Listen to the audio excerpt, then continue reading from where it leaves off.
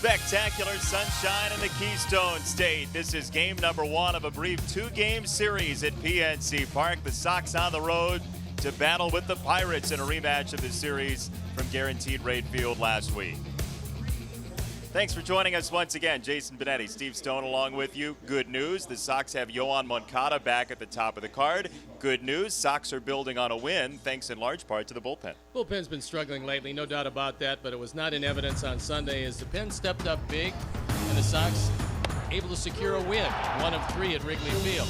With Jace Fry to start it off, Nate Jones came on for a redeemer, and then Bruce Rondon threw a spotless 9th inning, and the Sox came away with a big win.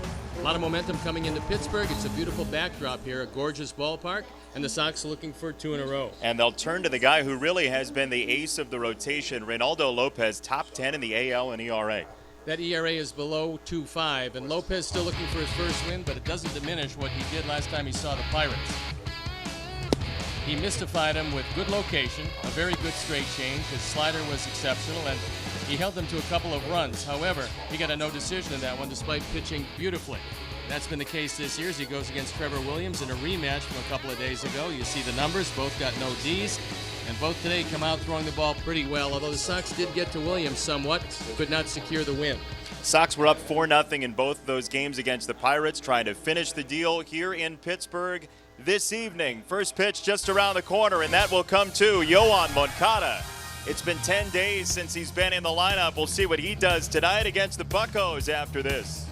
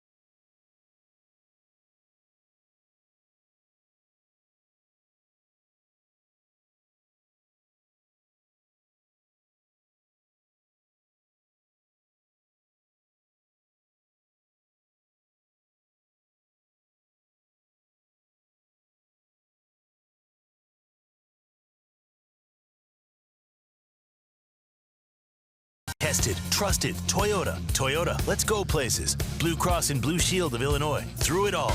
By Lexus, who encourages you to experience amazing. And by Miller Lite, the original light beer. Miller Lite, hold true. One of the truly spectacular backdrops in Major League Baseball. PNC Park in Pittsburgh. It's been here since 2001. The Clemente Bridge in the background as the Sox and Pirates get together for game number one of a two-game series with a day game tomorrow, the night game tonight. Pirates have been very good here at home, and let's take a look at the lineups. Let's do it. It's the White Sox lineup brought to you by the Webb Auto Group with the best lineup of Chevys, Fords, Mitsubishis, Genesis, and Hyundais at the best price. Go to webcars.com. Moncada back at the top of the card for the first time in about a week and a half. Then Sanchez and Abreu, Delmonico, Castillo, Polka, Garcia, Anderson, Lopez, Davidson has the day off. The defensive lineup for the Pirates, sent out there by Clint Hurdle, presented by UI Health. It's Dickerson, Marte, and Polanco in the outfield, left to right, with Moran, Mercer, Fraser, and Bell in the infield. Francisco Cervelli has the plate, and our Lexus Experience amazing starting pitcher is Trevor Williams. Got a pretty decent fastball. They're not overwhelming. You look at the numbers, and they're very good. He's usually consistent. He gave up a few runs against us at Guaranteed Rate Field. However, doesn't diminish that he's been the most consistent of the starters for the Pirates. The umpires for the game tonight: Chad Fairchild has the plate, Bruce Dreckman at first, Mike Esterbrook is at second, and the crew chief, Kerwin Danley, is at third. There you're looking at Kerwin as he walks around in preparation for this game. It's a very warm, very humid evening, but welcome here in Pittsburgh because it was supposed to be raining today, and it's not. Hopefully pushed off till we leave town, because in a two-game series, Ricky Renteria and his staff does not want to see rain, does not want to return to Pittsburgh, as lovely as this city is. You want to get in both games as scheduled and head on to a long homestand. And there you look at the skyline. Just a gorgeous ballpark set with a backdrop of downtown. It's been beautiful since they built it. A radical departure from Three Rivers. And yet they had wonderful teams at Three Rivers, a lot of Hall of Famers associated with the Pittsburgh Pirates. And we're ready to kick it off. I'm ready to turn it over to my play-by-play partner, Jason Benetti. And I'm ready to welcome back Yoan Moncada into the lineup. That is a welcome sight for the Sox. Moncada back in after a stint on the disabled list with hamstring tightness in his left leg. So Williams to Moncada, and we are off and running this evening in the Steel City. Strike one. Just past 7:05 local time, 6:05 Chicago time. Thanks for joining us wherever you might be this evening. 26-year-old Trevor Williams. And Moncada hits it sky high into left field for Corey Dickerson, who makes the grab and the first out this evening. Normally Williams is going to pound the strike zone with 4-pitch combination. He does throw a curve and a slider. There you see the sinker's the second best pitch, but that goes in the realm of a fastball. So he is a fastball pitcher. The changeup, the slider, he'll break that slider a little bit bigger. You can call it a curve or slider. It's pitcher preference, but not anything overwhelming yet. At a fairly young age, he's starting to put it all together for Pittsburgh. His first pitch is low to Yolmer Sanchez. Yolmer in that series against the Pirates had 4 hits. Those 2 games the Sox were up 4 runs in each and couldn't put away, especially that last game. Sox were up in the 9th inning, and that was the one that kind of stuck in the craw of this team going into Wrigley Field.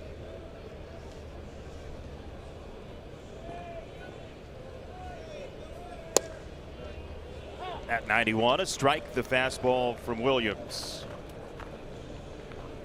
This outfield has pretty decent speed, although there's only one thrower in the outfield. That's Marte in center field. He's got a great arm. To left field it goes. And a base hit for Sanchez. Deciding to take the wide turn. Yolmer always frisky. This is one of those sinkers, although in the first inning it doesn't sink. It will be sinking later on, and Yolmer hits a line drive on what would later on be a ground ball to the left side.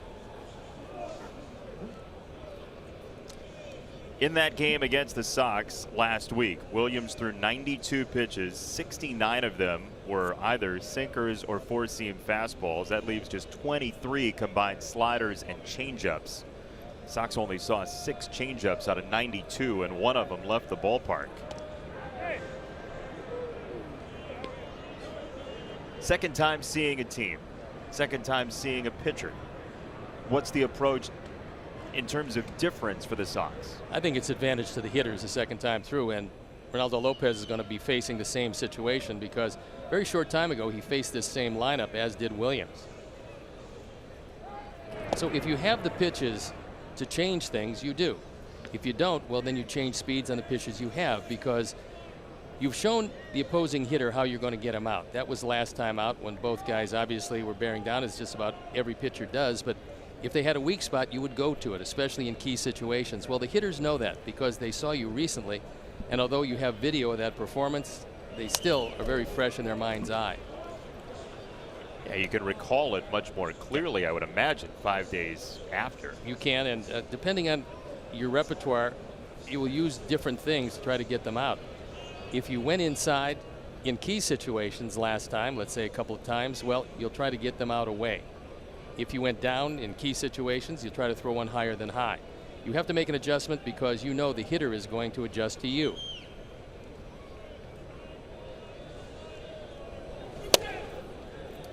Inside at 91, ball and a strike on Abreu, who's driven in 8 runs in his last 8 games. Marte is over into right center, just a couple of steps. Dickerson very deep in left field. He's actually thrown the ball very well and played better defense than they thought.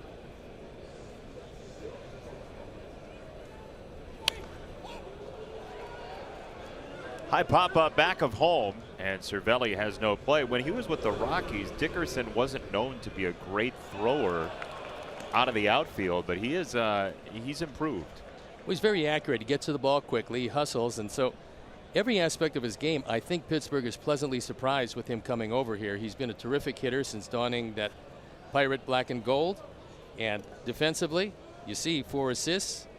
So when you're tied for the most in the National League, you're getting the job done. And because of his reputation, you're right, Jason, he wasn't known as a great defender, but that's why everybody's running on him. He's taking advantage of it this year. It could very well be the footwork. Long hold, and Williams finally does come to the plate to punch out Abreu for out number 2 in the first. No complaints by Jose. He just got outguessed.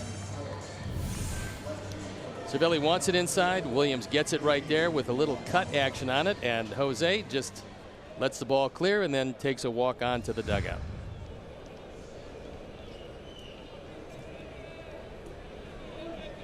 Two down for Nicky Delmonico, 25-year-old left-hander for the Sox, batting in that 4 spot against a right-handed starter as he's been doing this year. Dickerson in left. For out number 3. Sanchez stranded. Bottom 1, and Lopez coming out.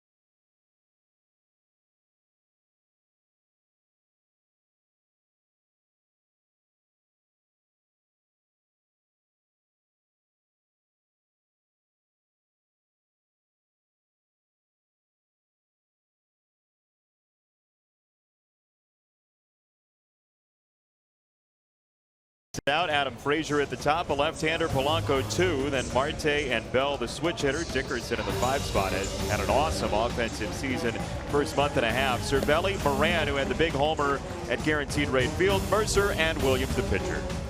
Defensive setup as put out there by Ricky Renteria for our Sox and presented by UI Health. It's Delmonico, Garcia, and Palka in the outfield with Yolmer, Tim, Yohan, and Jose in the infield. Wellington Castillo has the plate, and our Lexus experienced amazing starting pitcher is Ronaldo Lopez. Throwing the ball very well. The ERA just below 2.5.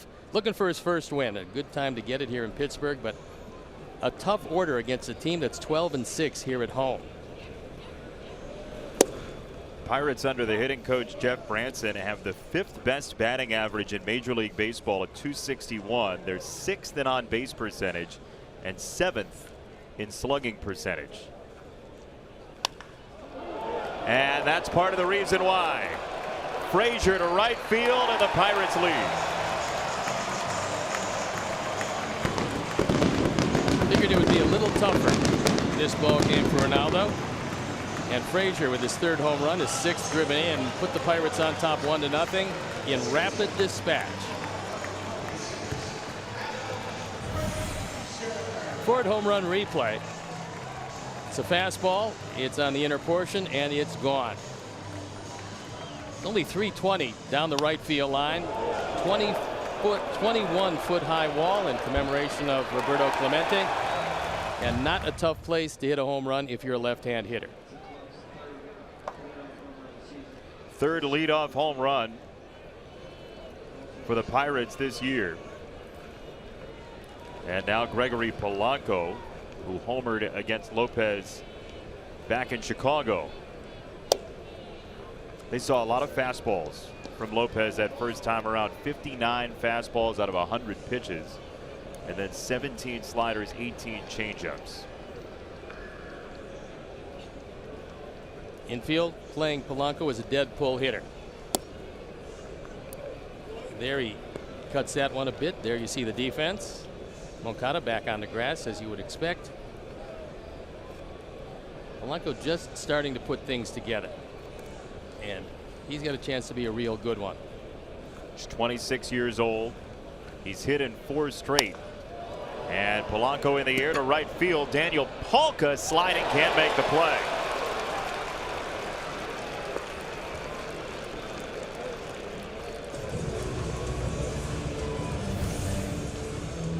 Sinking line drive, but it's hit off the end of the bat, so it doesn't have a whole lot on it. And Daniel comes over, cannot make the play.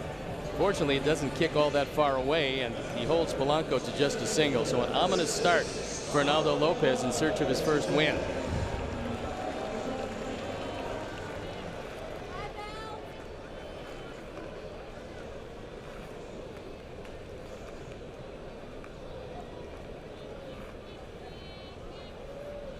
Here's Starling Marte.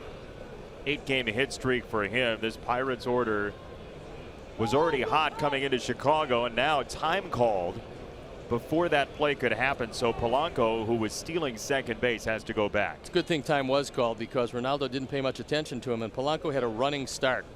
If time is not called, he's going to steal second base pretty much uncontested.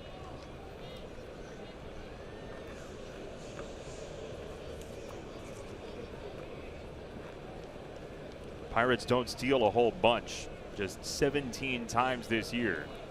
And they don't steal effectively because they've been gunned down 12 times.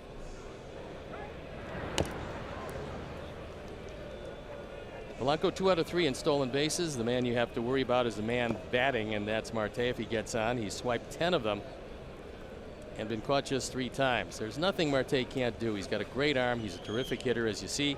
He can run, he can hit for power, and he can hit for average. So a 5-tool player. A couple of gold gloves to his name. And this is a fair ball down the line to left field. Nicky digs it out. Marte has a double, and the Pirates have the first 3 on after the Sox massive struggles in the first inning at Wrigley Field.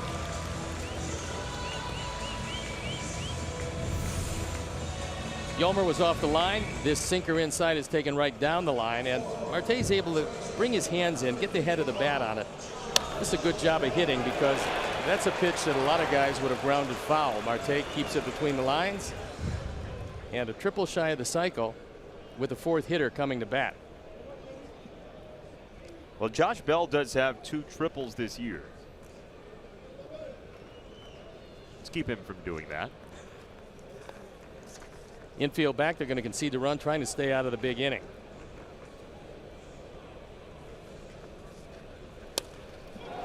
Hit hard to right field.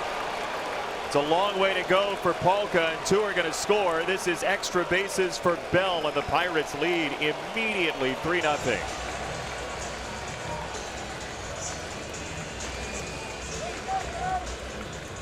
Well, it's pretty easy to see the game plan for Pittsburgh. They're going up there swinging.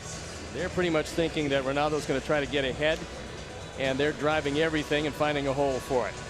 So a home run, a single, 2 doubles, and just like that, the Sox and Ronaldo Lopez stunned here in the first inning as Don Cooper comes out to have a word with his young right-hander.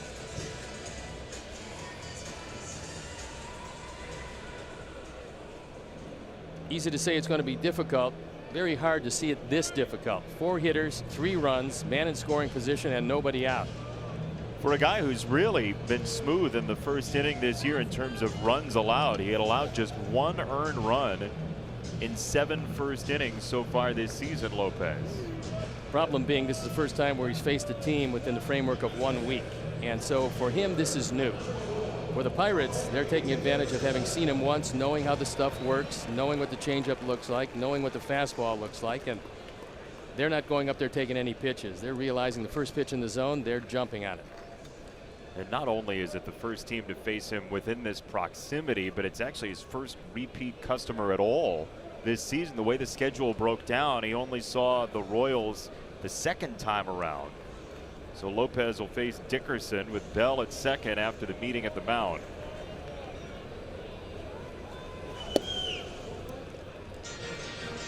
Well, look, Sox were up 4-0 in those 2 games against the Pirates at home. So this is where you want them. Well, not exactly, but this is where you got them. You're saying my argument is possibly spurious? No, I mean it's no spurious never, but it's not that good. Ah, yes. I like that the off day doesn't slow down any of your rambunctiousness. Well, the off day just makes you want baseball a little bit more because we had a nice off day, and I think everybody a little happy that although the storms delayed our departure, we did get straight here, and everyone took advantage of a good off day after a fairly emotional trip to Wrigley Field. A lot of people in attendance, and talking to Lucas Giolito, he said he fed off the energy that was Wrigley Field. Yeah, he felt like it was just more fun to be in such an amped up environment with the city on the line. That's exactly what happened. So take a look at the skyline. It's absolutely gorgeous. It's not a particularly good beginning here in Pittsburgh, but Ronaldo has the opportunity to do what James Shields has done a number of times. Get shocked early and then batten down the hatches. Now, Ronaldo usually goes through 6 innings. That will be put to the test here tonight. Dickerson is trying to pull it if he can. He wants to make sure that he moves a long bell to third base. Another foul ball. Lopez, so far this year, 7 1/3, 6 2/3, 6 1/3, 5, 6, 7, and 6. Only 1 game has he not gone 6 or more. So those numbers with runners in scoring position, Dickerson has been, as advertised, just a quality hitter.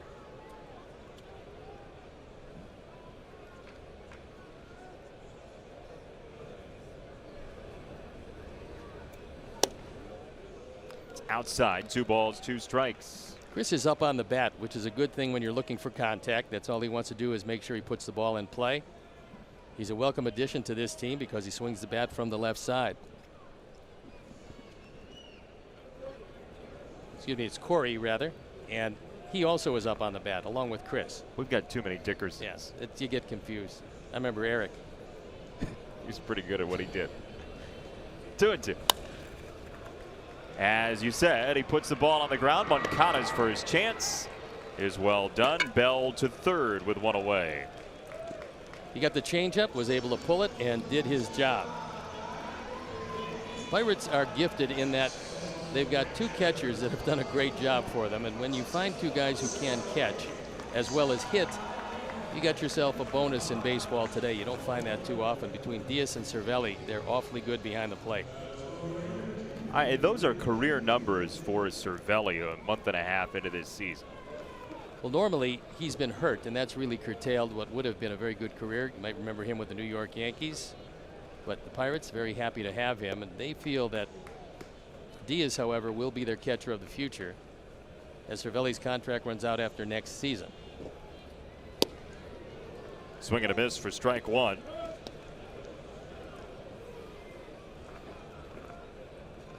Well, he does have a couple of sacrifice flies this year.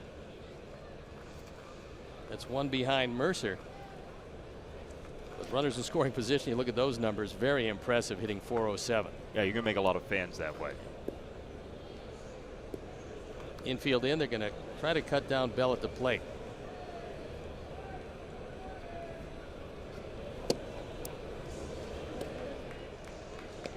Ball and a strike on Cervelli, who's got a hit in 11 of his last 12 games, and in the game without a hit, he walked. So it's currently a 12-game on base streak for Francisco Cervelli, who walks up to that's Amore in Pittsburgh.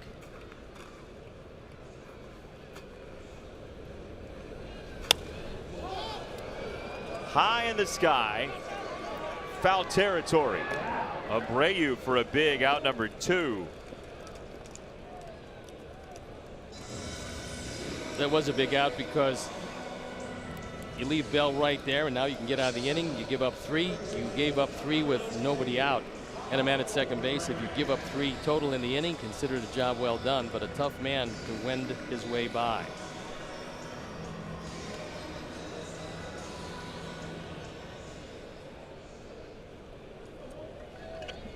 '25-year-old Colin Moran, who sounded the death knell in game 2 of that Sox-Pirates series in Chicago. A big home run off of Nate Jones in the 9th gave the Pirates the lead, and here he's down a strike. Moran really never got a shot with Houston, so he's very happy to be over here. He got a chance to be up twice in 2016 and 17. He was only up for 9 games in 16, only up for 7 games in 17, so his opportunity has come for him at the perfect time.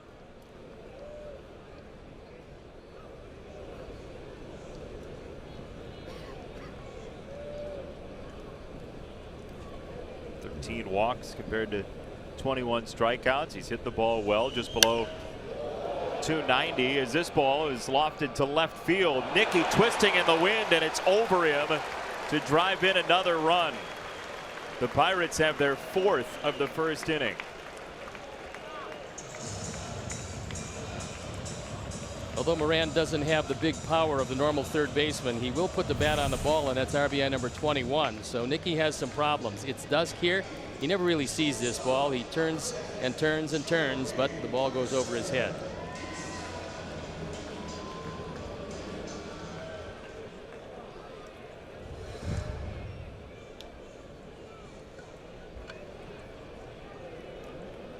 Nicky's certainly hoping that this is out number 3 with Jordy Mercer.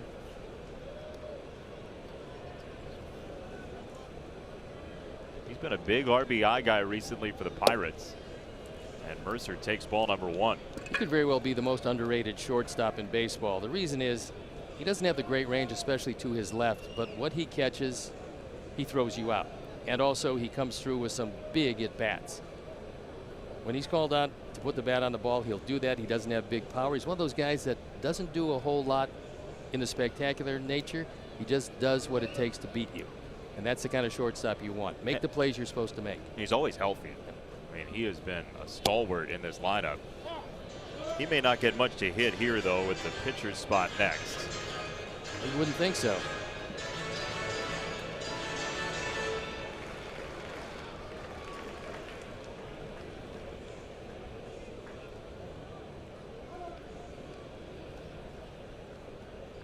Reynaldo chipped off the outside corner last time. Set up there again. And he's got strike 2. Boy, Mercer's got to feel helpless right now. Well, Chad Fairchild's going to call him there. He might as well stay out there again. Last 6, Mercer's been very good. It's easy to see why these guys are doing as well as they're doing. Hitting with runners in scoring position. And lately, the offense has been hotter than hot. Pirates have won 5 of their last 6. On the ground, Moncada sweeps it up, and the one hopper is on target enough to retire the side, but the Pirates storm out to an early 4-0 lead.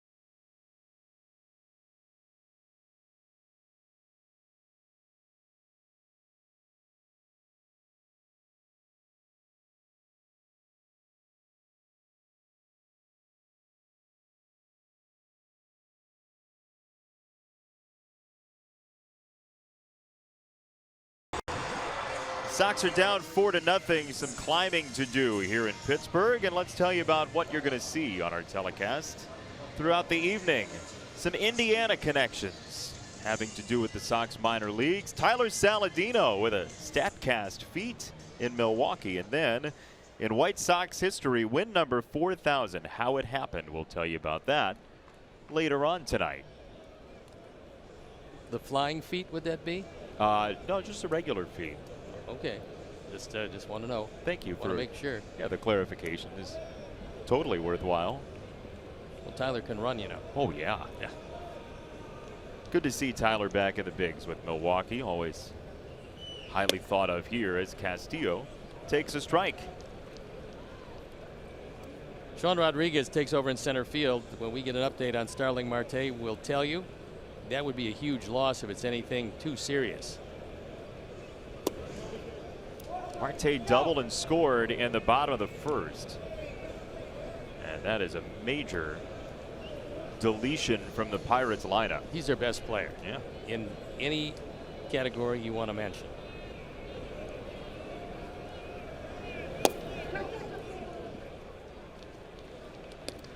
Two balls and a strike on Castillo.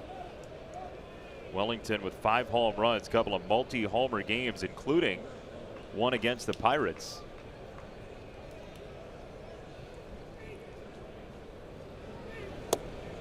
It's outside, 2 balls and 2 strikes. That appeal to first to Bruce Dreckman did get a strike earlier, so now 2-2. Williams on the last pitch, you saw his big breaking slider, which approximates a curveball. He's also got a shorter, quicker breaking slider. Foul ground first base side. Josh Bell has no play.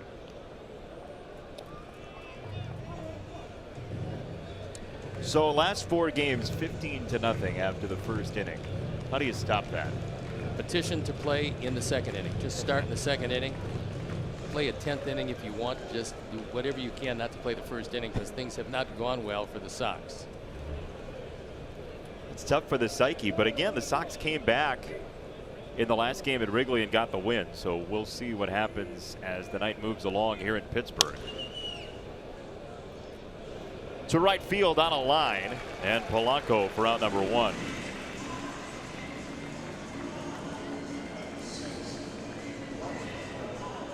Daniel Polka coming up. We know he loves the first pitch, so it'll be interesting to see how Williams, who did see him a short time ago, actually works to him. Throw a first ball fastball anywhere in the zone, and Daniel's going to be hacking.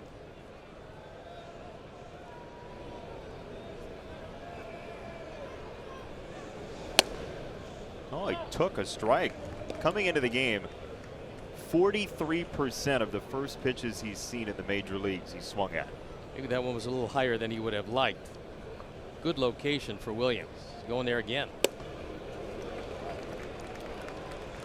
Well, the first one was a little higher than he'd like. That was even higher than he would like. The standards have changed.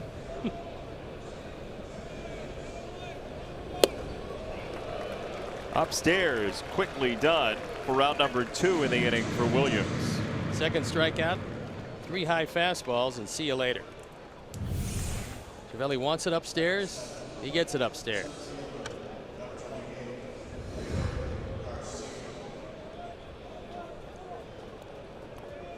Two out for Garcia. Leori Garcia nearing 100 at bats on the year. He's been a bit part player for the most part for the Sox. Infield, outfield, as he takes strike 1. That's been really the trademark of Williams this year. He is a strike thrower. So you can't afford to take too many first pitches because you're going to fall behind. Like that. He knocked the cover off of it. You see that? He knocked the cover off it. Joe Creedy making his appearance. Shorter hair than I recall. Avi Garcia wears glasses now.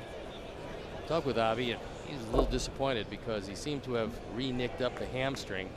Went through a whole workout at Wrigley Field, and I talked with him, and he said just at the end, kind of grabbed him. Frazier throws out Garcia, and that's a 1-2-3 inning for Trevor Williams. Pirates on offense after this.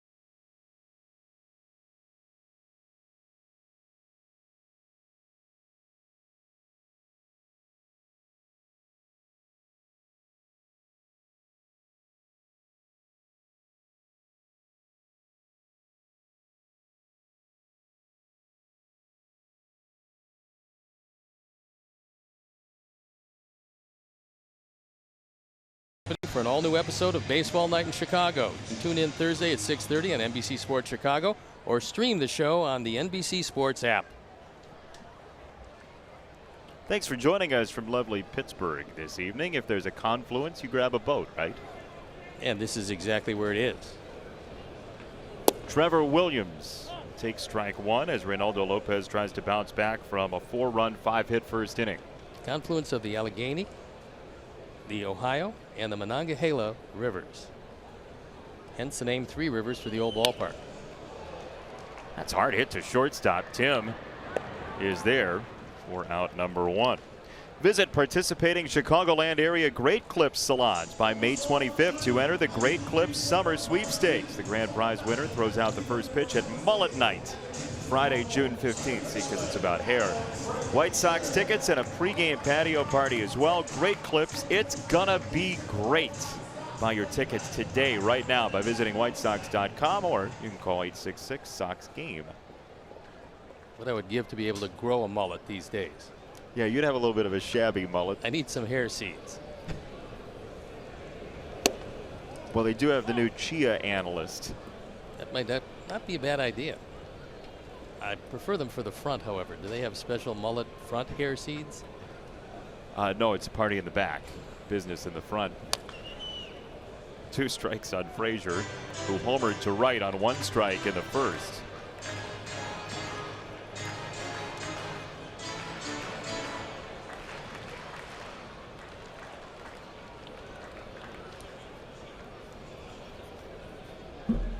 Oh, and 2, that's a high fastball. I'd like to welcome all our viewers watching on CTI Fiber in Taylorsville, Illinois. A lot of bran. CTI Fiber.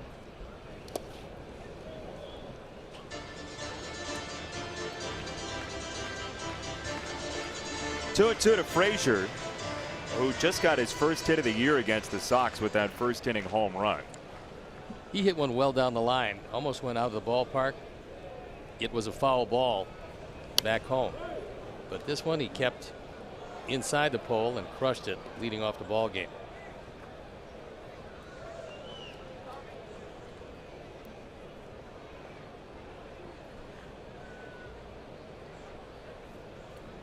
Two balls, 2 strikes.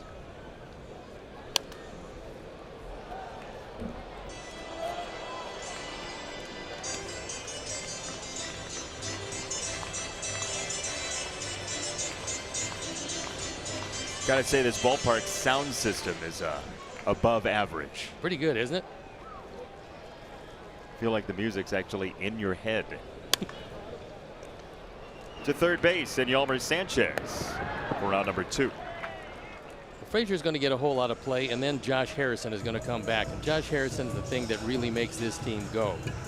So they are hoping that Starling Marte, who left with a side issue, it was his right side, and it sounds awfully like an oblique to me, but they're saying that there was some pain in that side. Normally that is an oblique, and guys that have a very strong core many times in baseball nowadays come up with oblique difficulties, and they lose Marte for any length of time. That is a huge blow to this team. But Harrison coming back right around Memorial Day, and he means a whole lot to this ball club. He's out with a broken hand right now that he suffered last month. Here's strike 1 on Polanco, who singled and scored in the first. It's the second time that Harrison has broken that hand, so he's going to try a mesh glove on that lead hand and see if it works any better for him, but they can ill afford to lose him for any length of time. He is a good one, and he is their spark plug. Clint Hurdle, fine manager, second extended go round. He was with the Colorado Rockies. He is here, and he's done a nice job. One of the most promising players to come into the league. He was on the cover of Sports Illustrated as a 20-year-old, which is something to be said.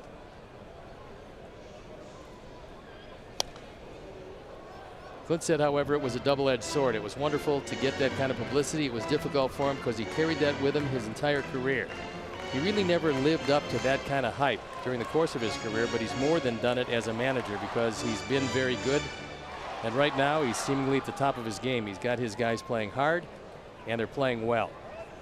Yeah, they're in the thick of that NL Central race. They're a game back starting play today as Polanco does some insect repellent.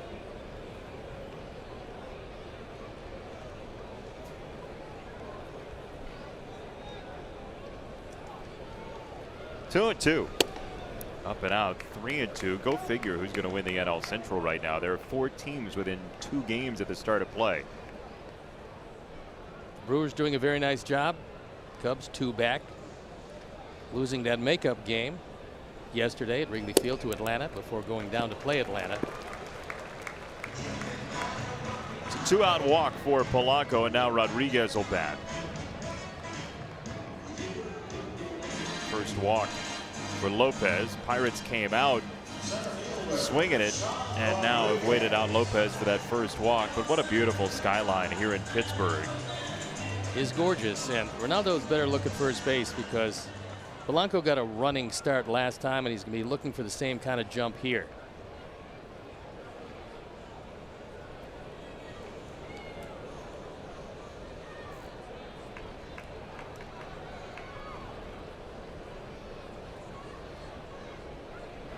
And Lopez knows it.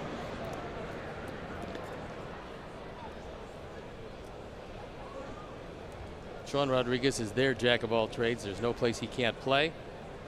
Not getting a whole lot of play this year, hitting just 161, but 3 home runs is a lot of production for that batting average. A good guy to have in a National League roster too. You can plug him in basically anywhere, and that's why he's the one off the bench to play center for Marte. The same could be said for Adam Frazier when Harrison comes back.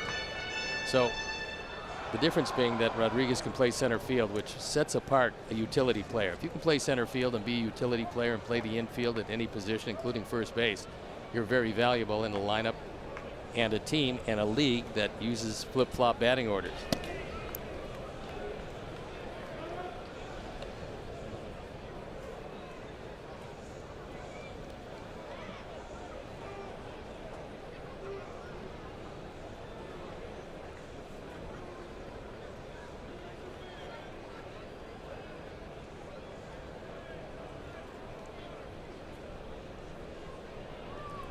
One ball, one strike. Another throw to first on Polanco.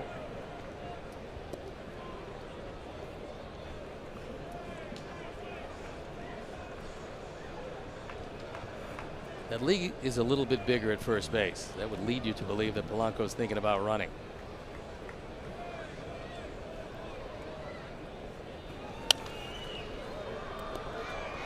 Popped back.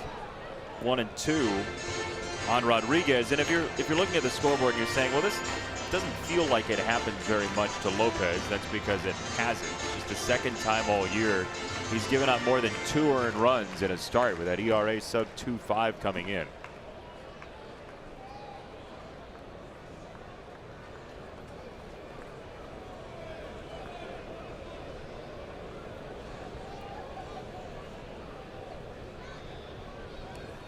Seven pitches in. This was a 4-0 game.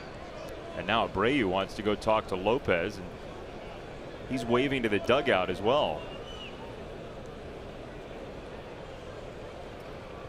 Maybe just to his infield compatriots.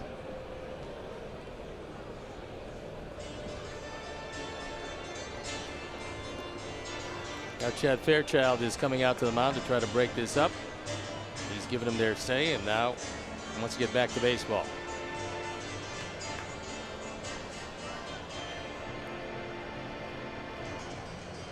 Lopez came in 8th in the American League in ERA. The Pirates clearly, as you said, changed their approach from that first game against him, and they came out hacking.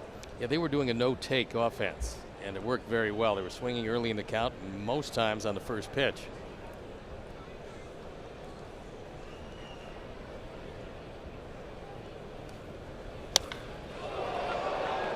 That's hit well, left of center field, and it's off the glove and off the wall.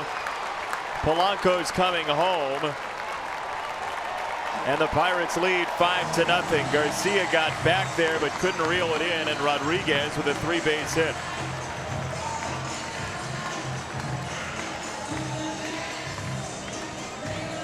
Rodriguez has shown that despite a low batting average, he does have some power, and that one almost went out of the ballpark. So he hits a towering fly ball. The disadvantage here is that with 2 outs, Polanco was running all the way, so he scores easily. Leary back and cannot make the catch. Tries to time it well, but this one just goes over his glove.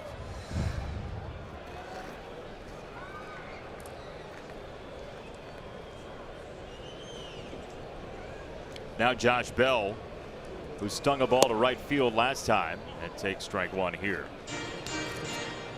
Well, the scouting report on Bell has not been swing at the first pitch. He's walked 7 times in the last 8 games for the Pirates, but boy, did he hammer that first pitch he saw in the first inning.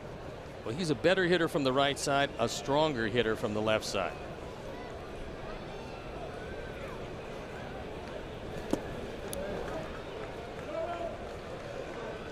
Batting average as a right-hand hitter coming in .296. But just 4 of his runs batted in from the right side, no home runs. .242 left-handed, all 3 of his home runs, and 17 of his runs batted in. Now you can make it 19 from the left side.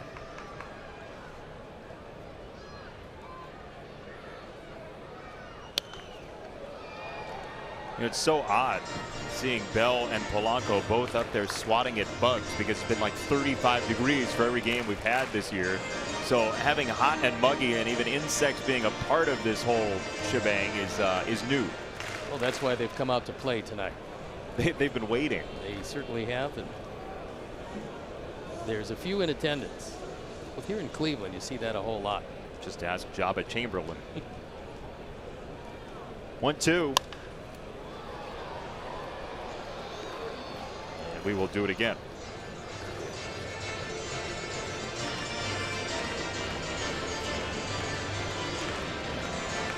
Warm and muggy this Tuesday night in Pittsburgh. Sox and Pirates will play game 2 of this series, and the finale tomorrow just after noon here at PNC Park. It's a 12:35 Eastern time start, 11:35 in Chicago.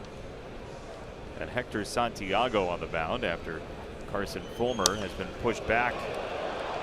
This ball hit to right field. Polka is back on it at the warning track, and it's off the wall. Bell stops at second and loses his hat. It's 6-0 Pittsburgh. 3 driven in on a couple of doubles in 2 innings for Josh Bell. That's pretty good, as this one almost went out of the ballpark. It's only been 6 extra base hits in 2 1/3 innings, so Ronaldo just does not have it tonight, and Pittsburgh taking advantage of it by pasting the ball around the ballpark. And there hasn't been a cheapie in the bunch.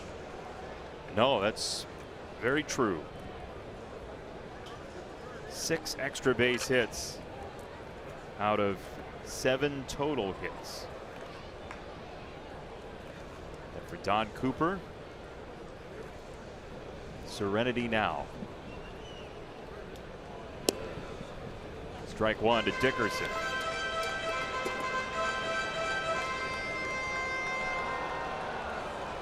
Corey Dickerson, you look at that OPS, it's 874 after his ground out to second base in the first. He has had a marvelous beginning to this season for Pittsburgh. I suppose you think that's good.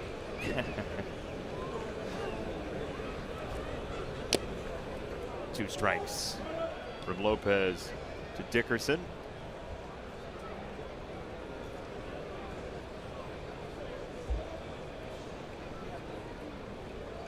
Pirates feel like they're playing make it take it, like you used to play basketball in the driveway. Score, get the ball back. Score, get the ball back. Well, fortunately, they don't do time of possession in this game, but if they did, bat possession, Pirates would be well ahead after 2.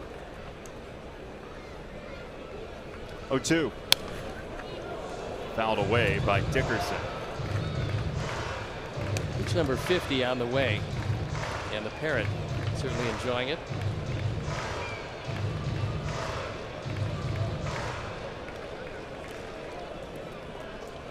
The old ballpark when I was here many years ago the parrot came up and gave me a birthday cake. Is that right? Yep. Was it actually your birthday? It was. Huh. How about that? Might have been a different parrot. I can't really tell. You know, they have a tendency to all look alike, but could very well be the same parrot. That's parrotist. True. But in this case, accurate. 0-2, Lopez to Dickerson. Pitch number 50 is spiked by Lopez. Ball and 2 strikes.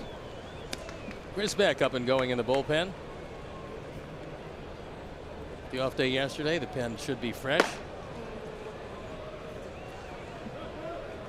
3 relievers for a short time at Wrigley Field on Sunday. Jace Fry, Nate Jones, Bruce Rondon. The rest of the bullpen certainly healthy, and those 3 didn't go all that long, so they should be ready to go. He went upstairs with a fastball, and Dickerson spoiled it foul. Corey Dickerson's driven in 15 runs his last 15 games, and this offense for the Pirates, after something of a slowish start this year, has really turned it up. Dickerson's only fanned 16 times in 142 at bats. And this day and age of swing away and don't worry about the out, whether it's productive or not, those are lofty totals. 16 Ks. To right field, Palka's back at the warning track, and Daniel brings it in, nestling up against the scoreboard for out number 3. You know what? The Sox are down, but it's a beautiful night. And you know what? There's some innings left.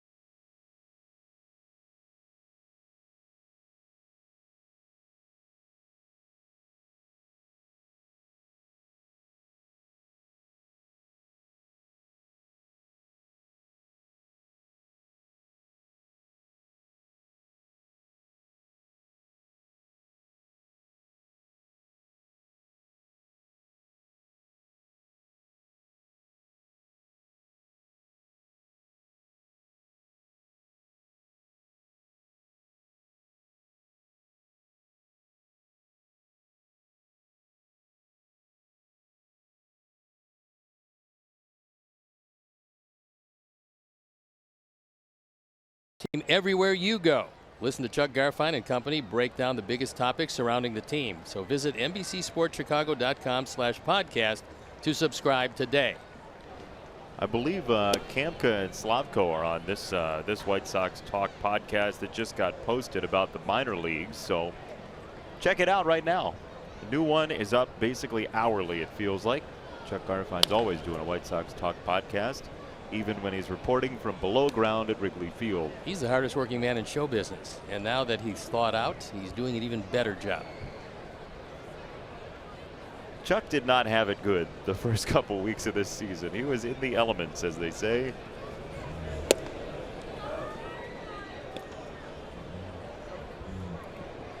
Well, one of the good signs for the Sox has been Tim Anderson's increased choosiness at the plate. Bouncing ball to third, and Moran for out number 1. Tim Anderson 3 straight games with a walk, and that puts him only 7 games behind, 7 in a row behind Luke Appling, and then Luke Appling, and then Luke Appling for consecutive games of the walk by a White Sox shortstop. Then Don Kessinger, Sammy Esposito, and another Luke Appling and Luke Appling.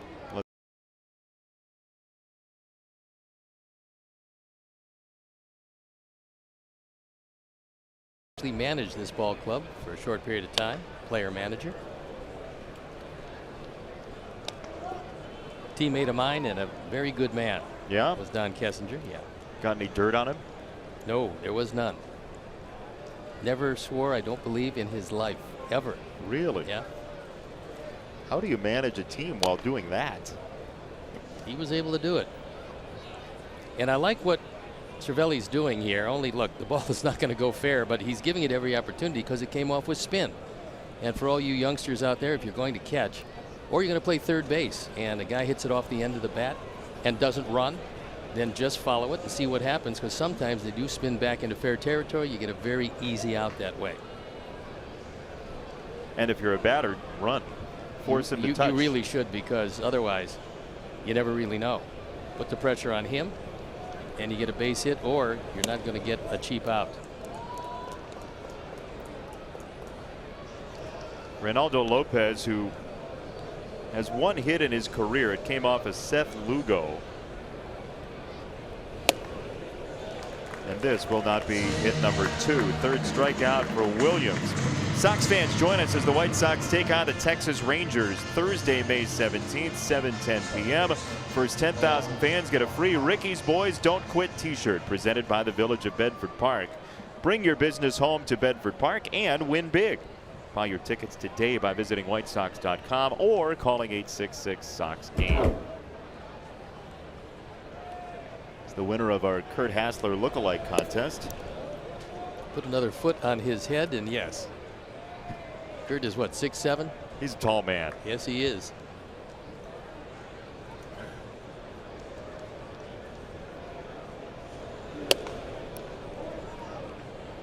Two 2-0 on Moncada, who's back after his hamstring injury. Now you figure he's going to get a fastball, and normally if he's feeling good, this is a ball that he hits hard. But not if it's out of the zone, because he does have a very good eye.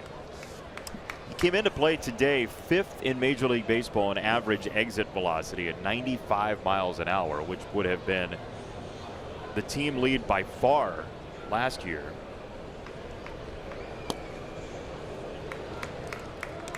And if you say, well, why does exit velocity matter? Well, a ball that's hit 95 miles an hour last year, the batting average was 342 across baseball on a 95 mile an hour ball off the bat. Drops to 211 at 85 miles an hour. This is a fly ball to center field, and that will do it. White Sox Farm Report coming your way after the break. 6-0 Pirates.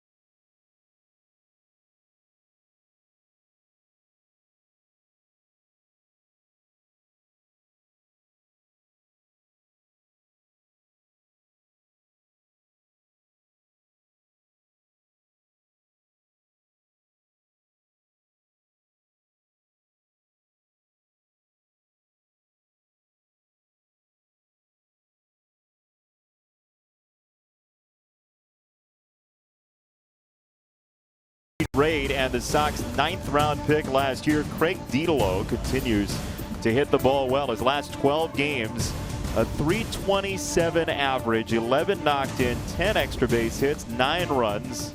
Some lords of leaping as well. He's a former Indiana Hoosier, Dedelo is. And a number of great players have come from Indiana. Kyle Schwarber, one of those. Yes, indeed. There's a Pirate-Sox connection in Hoosier lore as well. Ted Kluszewski, a former Indiana Hoosier and Pirate and White Sox player. And Cincinnati Red. Anybody who cuts off the arms of his jersey because he's bursting out of his jersey is good enough for me in the middle of the lineup. I tried that. They told me to sew them back on. Yeah.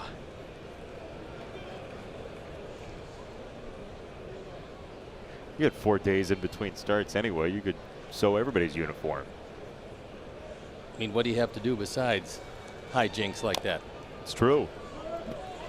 But Ted Kluszewski, big part of the '59 White Sox, traded by the Pirates to the White Sox for Suitcase Simpson, and there are those sleeveless jersey tops for Kluszewski in that World Series. 2 homers in the opening game against the Dodgers, and the Dodgers, of course, winners 4-2 in '59.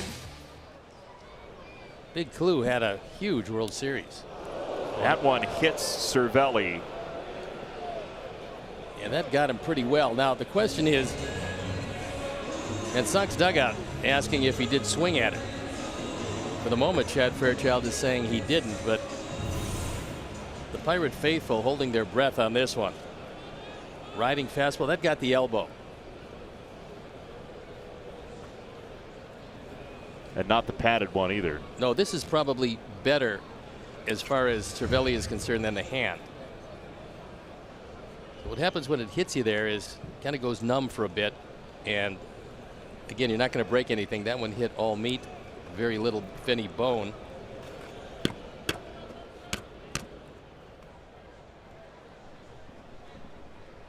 You would imagine the pain is instantaneous, much more than lasting in terms of damage. Well, the closer it comes to what they call the funny bone, the more it starts tingling in the whole hand. And I think at the end of this, it's going to be very sore. There's no doubt about that. I think he's going to breathe a sigh of relief, however, as Joey Cora comes up. Talk with Joey at our ballpark.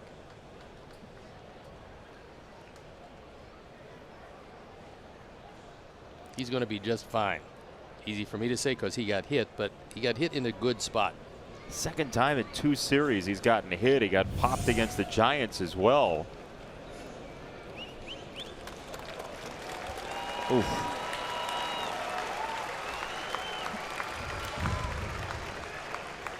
Well, if you're looking for great fun on your Tuesday evening, getting pelted by Reynaldo Lopez isn't exactly on the list. He can throw it pretty hard. Not at 96. No, you're not going to take one for the club, especially when you're leading 6-0 already. So we're at the point now where if you have any questions for the panel, just call them out and we will answer them. There's a lot of time left in this game for a comeback. A lot of outs to go. Here's Moran, who doubled in a run in the first. Mentioned Ted Kluszewski. We showed you the photos of him. He was traded for Suitcase Simpson. Harry Suitcase Simpson. You know why he was called Suitcase? Yes, I do, because he got traded about 82 times. That's part of it. The other part is there was evidently a comic book character or a cartoon character who had big feet that was called Suitcase. And old Harry had big feet as well, so they started calling him Suitcase.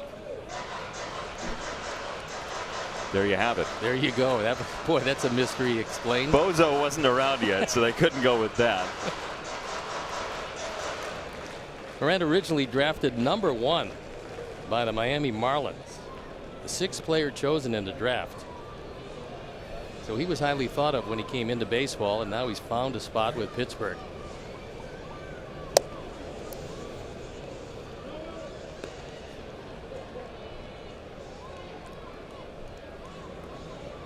2 balls and a strike on Moran.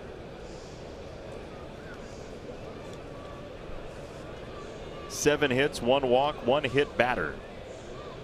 Pittsburgh's offense so far tonight.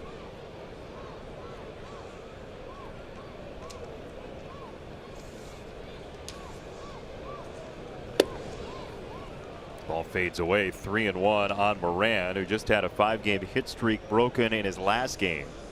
Ronaldo really doesn't have a feel for the changeup. He's not throwing it well, and it's not finding the strike zone. He is paying attention, however, to Cervelli, who is 0 for 2 in stolen bases. So odds are overwhelming he's not going to go, because when he does, it's not too successful.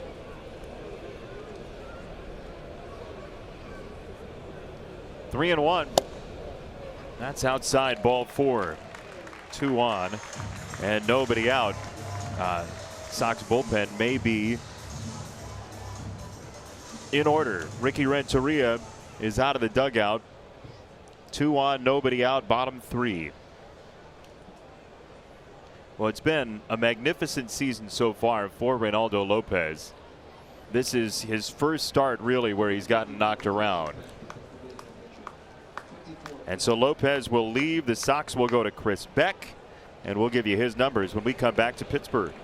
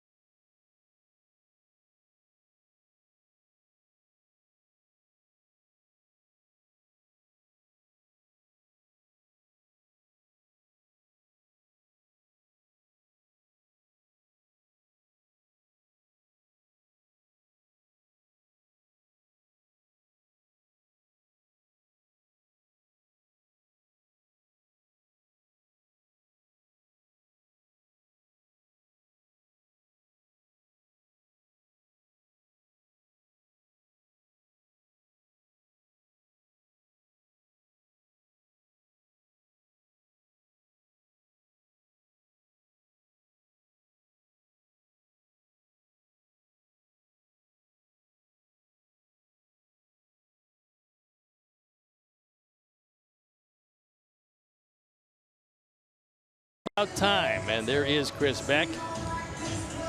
He comes in with a score 6-0, 2 on, nobody out, on for the 9th time. ERA of 4.38. Well, we're going to the bullpen, and Kurt Hassler, the Sox bullpen coach, has a twin here at the ballpark. Looks like a doppelganger. They are almost identical, but for the hat.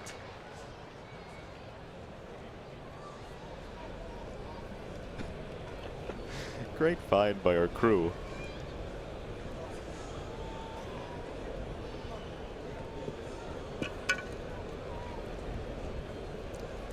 Beck to Jordy Mercer.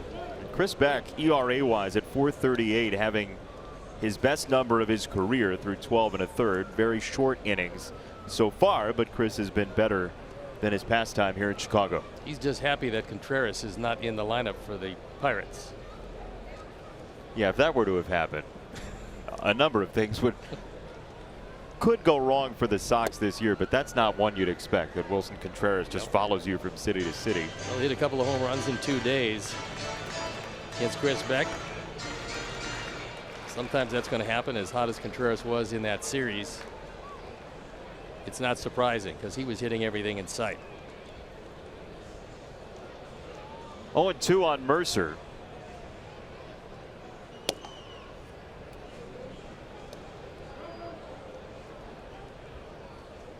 Jordy Mercer went to Oklahoma State, where he was both a pitcher and a position player, but you wonder why he didn't just think of maybe going down to Georgia for his collegiate career to play at Mercer.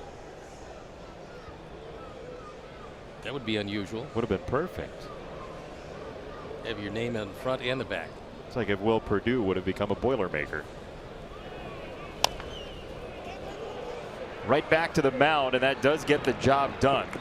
Maybe not the job he wanted to get done, but Cervelli to third, Moran to second, and the pitcher's spot coming up. As hard as Williams hit the ball the first time up, you can't take him for granted despite 0-77 coming in and 0 for 1 tonight. But that was a one-hop rocket to Anderson at short. Infield in at all 4 positions. In a close game, you might think about a bunt, but not here. You wouldn't think. Why not? 6-0 early? I don't think so. You're nicer than I would be. In this era of baseball, though, with big run totals, big offense, third inning, if I'm managing, I'm putting as many up as I can. Well, you can do that certainly, but not with a suicide in this situation, especially with the infield in at all 4 positions.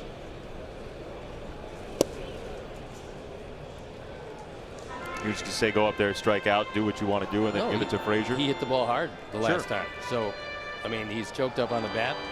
The last swing wasn't a good one, but the swing before that was pretty good. The one on the one-hop rocket. Cervelli at third, Moran at second.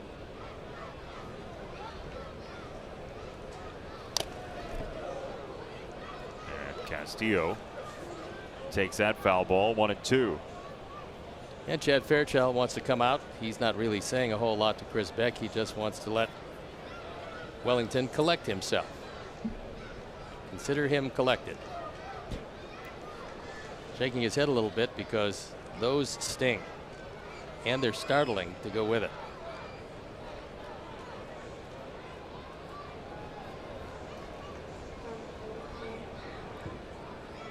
One and two to Williams. Upstairs, 2-2. Adam Frazier on deck.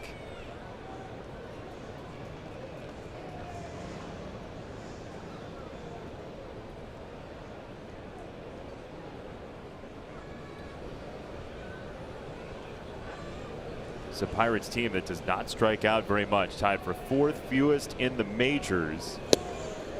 Williams does here. 2 gone in the 3rd.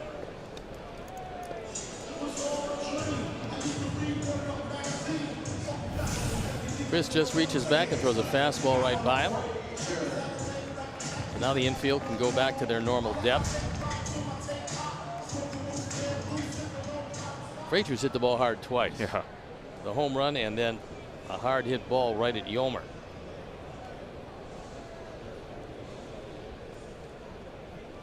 So Wellington has some adjustment to be made.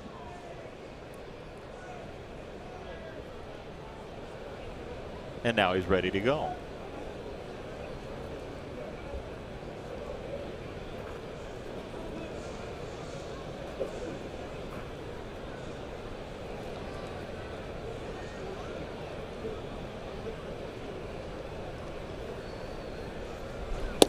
Frazier takes strike 1. Here's what he did in the 1st.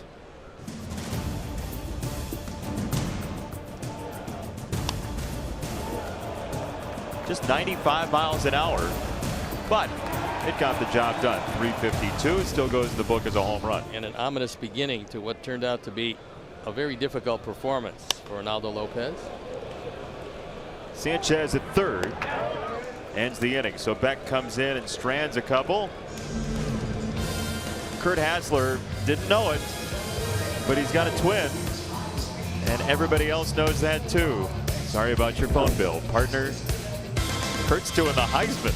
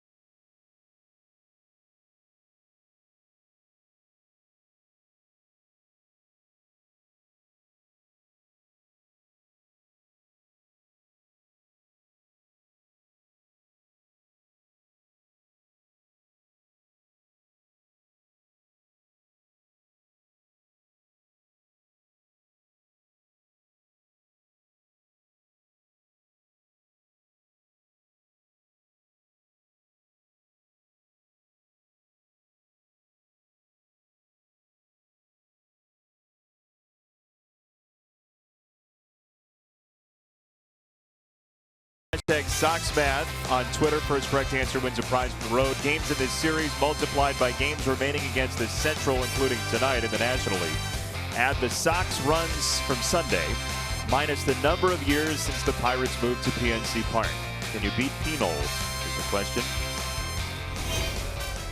And can you have a new catcher is the question as well. For the Pirates, the answer is yes. Elias Diaz checks in behind the plate, so Cervelli probably putting some ice on that area where he was hit by the pitch.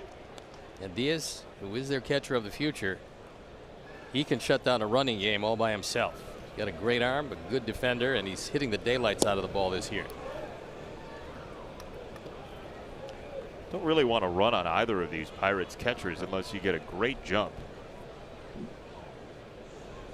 One of the better catching duos around. So now Williams, who's had quite a few long breaks with his offense taking some lengthy time at the bat rack. We'll see if the Sox might be able to work through some command issues from him and force a couple of runners on.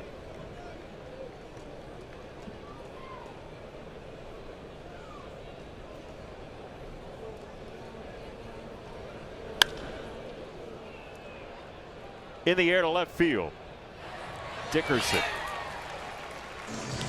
Xfinity X1 customers say, show me the Chicago White Sox. Into your X1 voice remote and get live team stats on your TV. Change the way you experience TV with Xfinity X1. Question is, if you say, show me the money, does Cuba Gooding Jr. show up on your TV?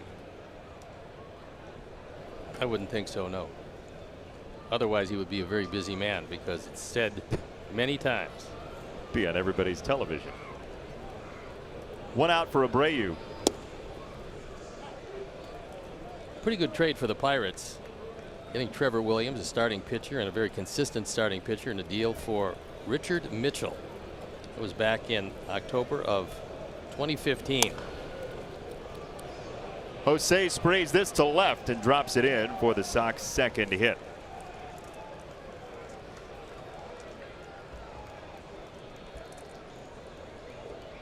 Now Trevor Williams, see the number 34 on his jersey. His former teammate at Arizona State, Corey Hahn. This was back in 2011. That's Corey Hahn's number that he's wearing in order to honor his former teammate who slid headfirst into second base with Arizona State. And this, the percentage chance of this happening is so minimal. He ended up with a major spinal cord injury, Corey Hahn did, and was paralyzed from the waist down. So Williams wears number 34 in honor of his former teammate at Arizona State, who now is in baseball as the coordinator of pro scouting for the Diamondbacks, Corey Hahn.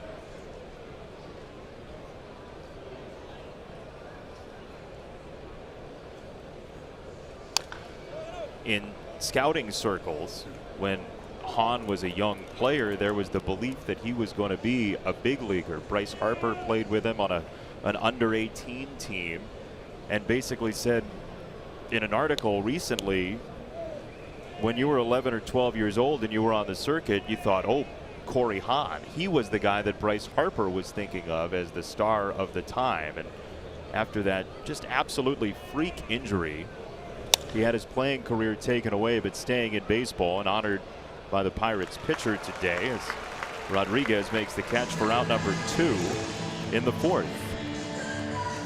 That ball hard hit, but Sean Rodriguez able to make the play, going to his right. If you missed it, Starling Marte started the ball game.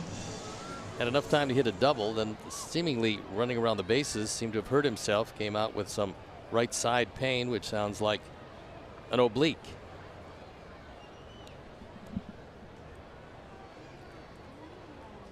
The injury of the time, the oblique injury. It is one of those.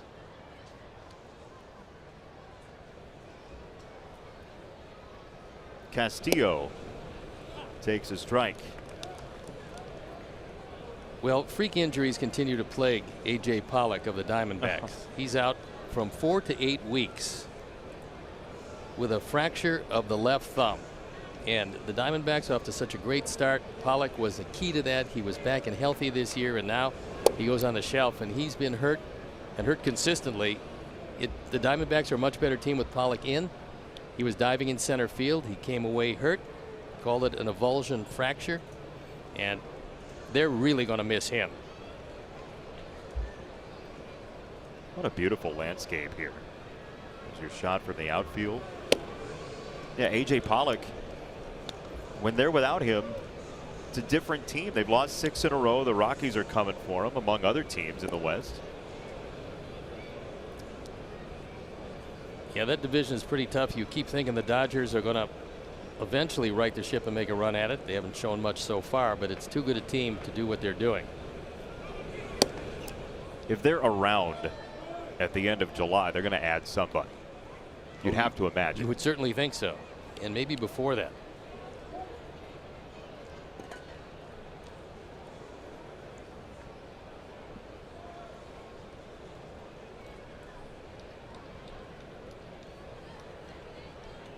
Diamondbacks entered play today, a game and a half up on the Rockies.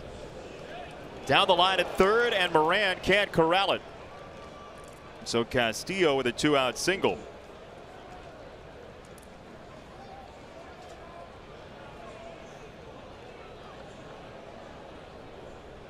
Second time through the order, and the boys are getting a better look at Trevor Williams, and they're starting to swing the bat very well. Also, the lights are starting to take over. Dusk is receding here in Pittsburgh. Moran has a tip off the glove, and 2 on with 2 out. Daniel's got to stop swinging at high fastballs, because that's what he saw in 3 pitches and 3 strikes in the second inning.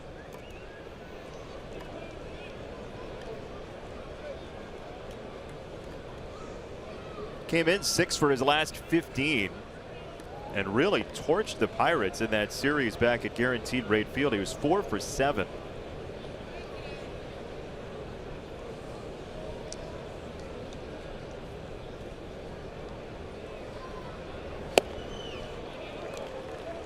High fastball, you might as well keep throwing it. If he's going to keep swinging at it, you would think that Diaz would keep calling it, despite the fact that he is the second catcher of the ball game. Cervelli leaving after getting hit on the forearm.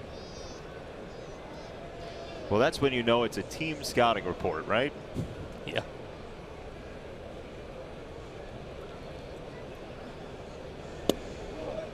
Not quite that high, though. That wasn't all that tantalizing.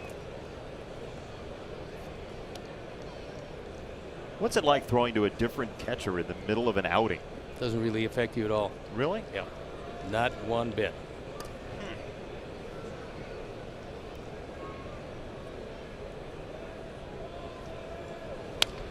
Well, you have total tunnel vision on the mound anyway, right? I mean, you're so focused. Maybe not tunnel vision is the right way to put it, but you're so focused that you don't want to let anything else affect you. No, look, I mean, if you have a good communication with the catcher on a given night where he's hanging the same signals that you're thinking about, then maybe it can disrupt you a bit for a short period of time, but more times than not, it really has no effect whatsoever. But every pitch has been up. You would think one would be up here. On 1-2 for Polka. It was just a bit inside, 2-2.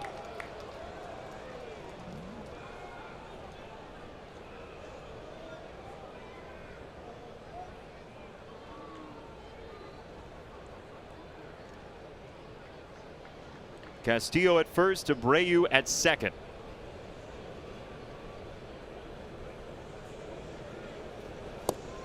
And he went to the breaking stuff to finish off the 4th. Strikeout number 4 for Williams. Sox strand 2.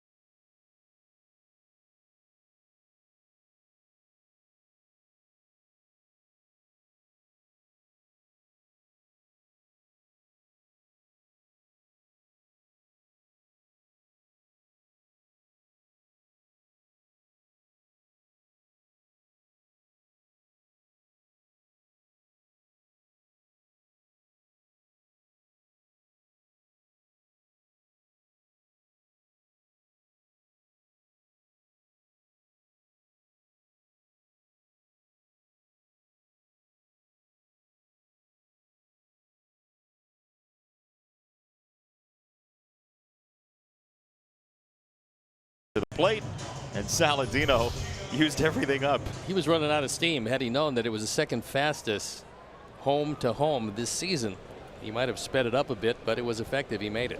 Good for Tyler. It's nice. He's one of the great guys in the game. He said and told me that he wants to be a coach when his career is over. Hopefully that career has a long time to run. And we'll see how it plays out for him. He's with a very good team with Milwaukee. He was in AAA for a while and now up to the majors. As Polanco fouls the ball away. Sox are down 6-0 because of a 4-run first inning for Pittsburgh. The first 4 reached and scored for the Pirates. And Ricky Renteria, who is to the hilt positive and will remain that. Watching his team go down early, and you know it's tough on him and the team. I mean, there was a lot of energy in that clubhouse on Mother's Day Sunday, and a lot of positivity. You have the off day, maybe at the wrong time when you start playing better baseball, and then suddenly after the off day Pittsburgh ambushes you. Just running into a really good team here in Pittsburgh. We saw that in our ballpark. They also, under Clint Hurdle, never give up. And if you have talent and you don't give up, then you got something going for you. So a quick first out in this inning, and dealing with the top part of the order, that's a good thing as Polanco goes down. Let's send a shout out to Jack Ruby, watching the ball game, and it's nice that he's still awake. Have you checked in the last 30 seconds? Yes, matter of fact. Hi, Jack. How are you? Says he's doing fine. I Great. got a direct line to him. Thank you for that. Here's Rodriguez, who came in from Marte with right side discomfort. Marte out of the game after a double in the first inning. He ended up scoring. And when he's coming around third base, looked like he felt that twinge of pain that ended up sending him to the showers early this evening.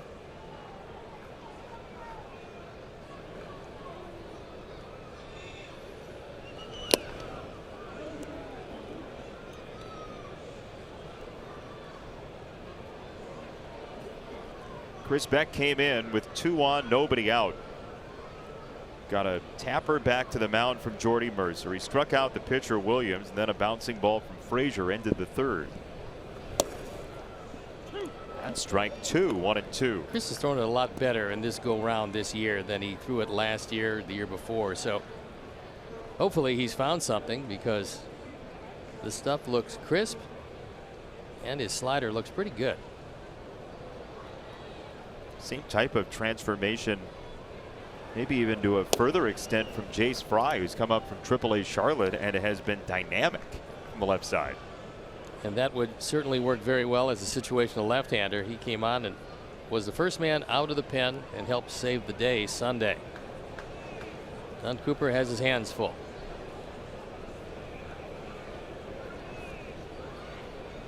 Two and two for Beck. It's a fastball away.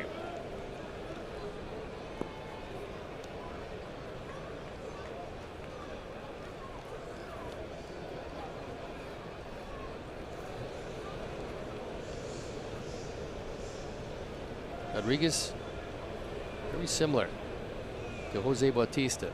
Very similar looks. Bautista now with Atlanta. There's a fastball at 97. He reached back and struck him out. Here's your Sox math answer for tonight. And the winner is Triforce of Game. 2 games in this series, 13 remaining against the NL Central, including tonight. 5 runs on Sunday. That's 26 plus 5, 31. 17 years since the Pirates moved here to PNC Park. 14 is your answer. Hard to believe it's been that long. Huh. This park is just gorgeous. Looks like it was just built. But they've had it for a bit. First game ever played in this park was against Cincinnati in 2001, and the starting pitcher for the Pirates is former Sox starter for a brief time, Todd Ritchie. Todd Ritchie had some good moments with the Sox.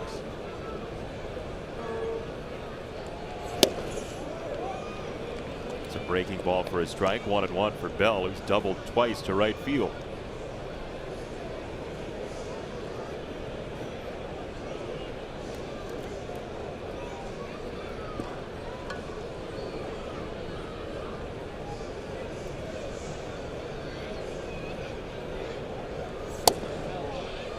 off the plate outside. 2-1 for Beck to Bell.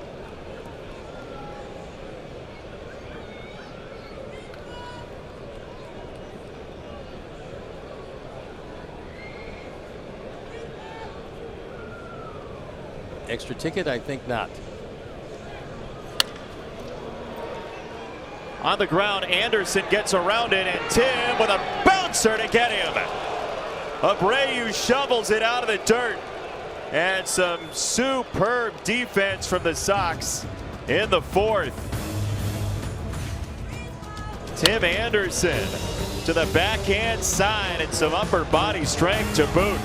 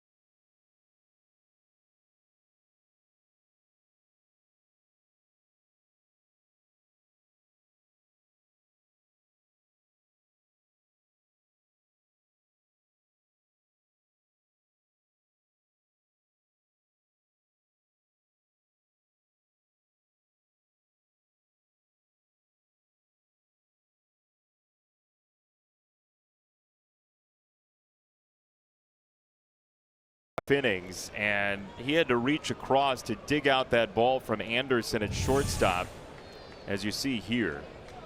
It's a good play on the back end of this, and Jose with his foot to the back of the bag and comes away a little gimpy, but then when Brian Ball went over to him in the dugout, he just wanted to show that he wants to stay in the game, although he came off with a little limp. There's a base hit for Garcia to lead off the fifth inning. Wasn't it Lou Whitaker who got injured doing the splits while dancing? I think so. Your guess is as good as mine, but maybe if he did the splits, you can obviously get injured. Yeah. Could have been him. Could have been Ted Kluszewski. I don't know. I don't think Ted Kluszewski could do the splits. I think it was Lou Whitaker. That was before my time. Lou Whitaker? Sure. Which time? Here's Tim. Actually, the Brontosaurus was not before my time. Jose in the dugout working it out. There's a man who loves to play and wants to be out there 9 innings every game. Wants to get his at-bats, which you would assume, but also wants to play defense.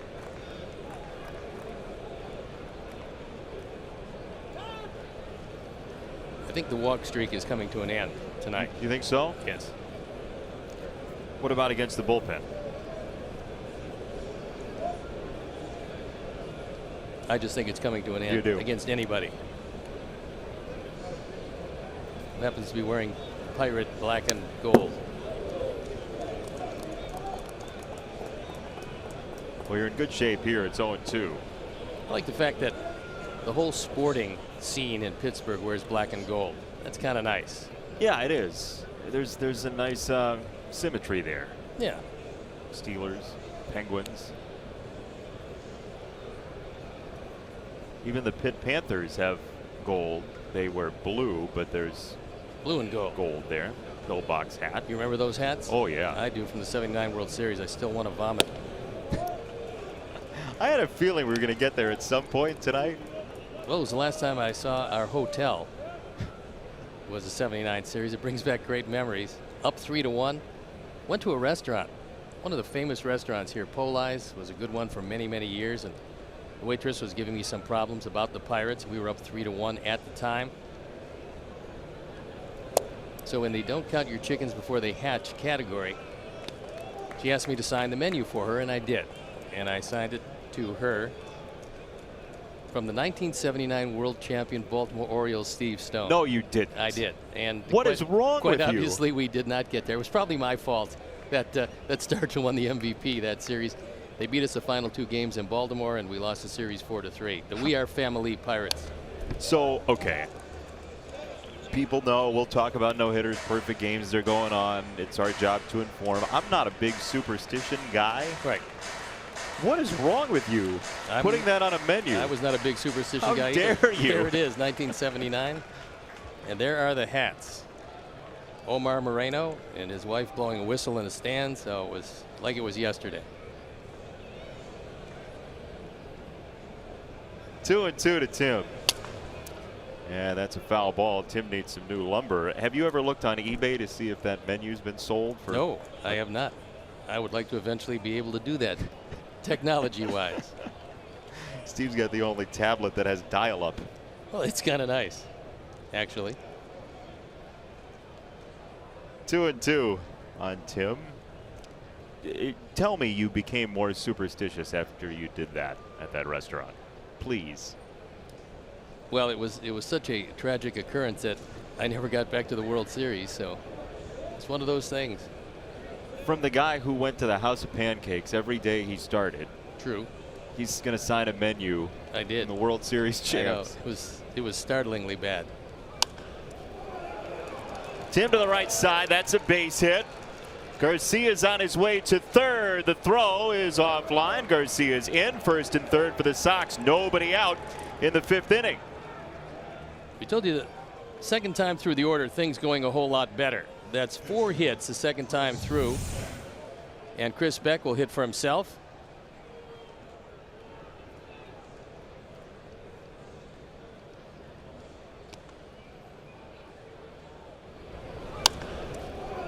Leary, with the play right in front of him, decides that he's going to make it, and he does.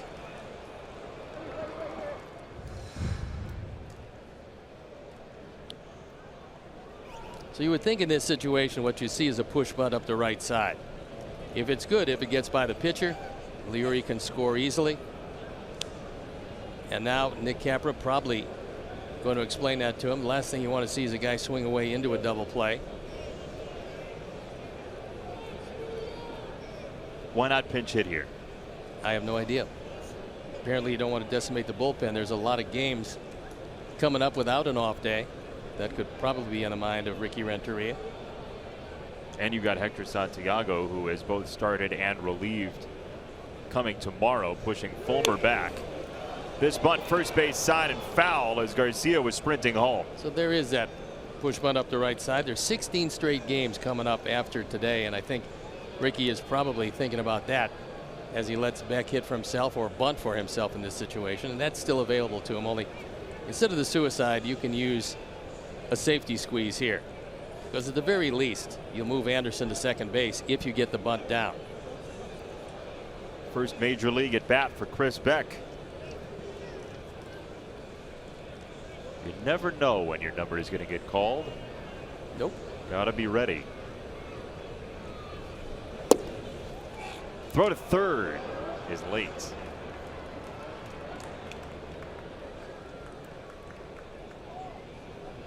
Sox have 4 on the bench: Davidson, Engel, Thompson, and Narvaez.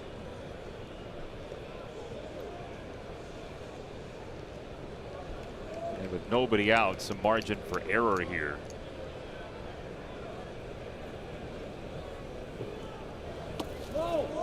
Beck pulls back at the last moment.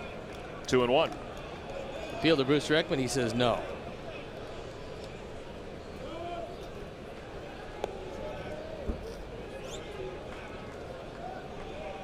Got to get a few home, at least make this one interesting. And Williams has been touchable second time through the order. You got Moncada and Sanchez and Abreu coming up.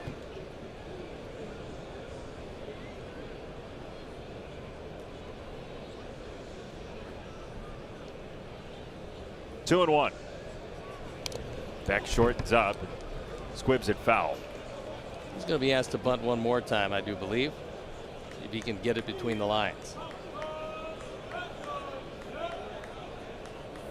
Well, if you're a relief pitcher in a National League series, you would not expect, as an American League pitcher, to have to bunt, but you also have to be ready.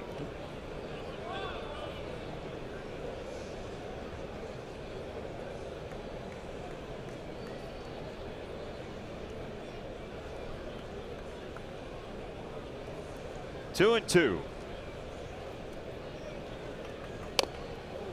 One last chance. This is foul for strike three. So first and third, and one out for the Sox.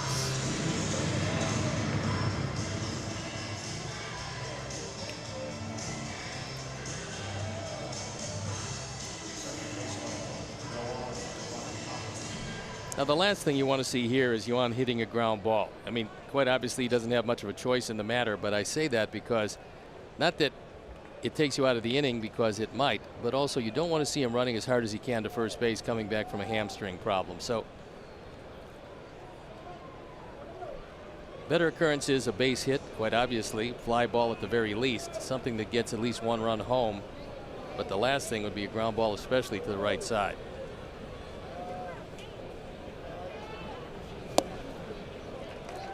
Swing and a miss for strike one. Two fly balls so far tonight for Moncada, one to left and one to center.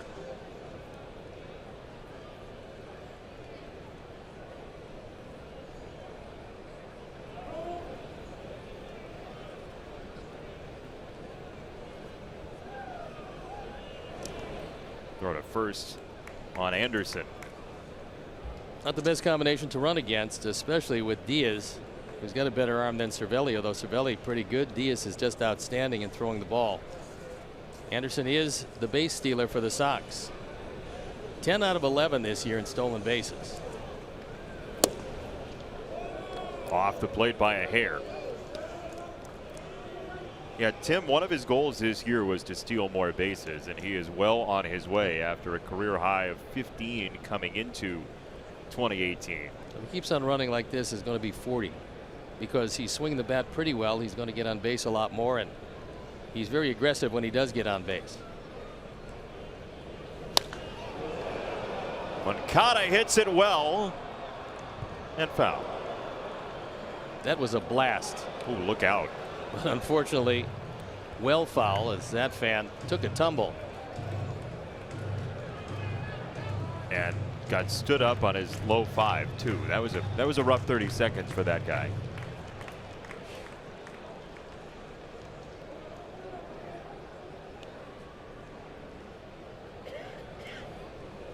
One and two on Moncada. Garcia at third, Anderson at first.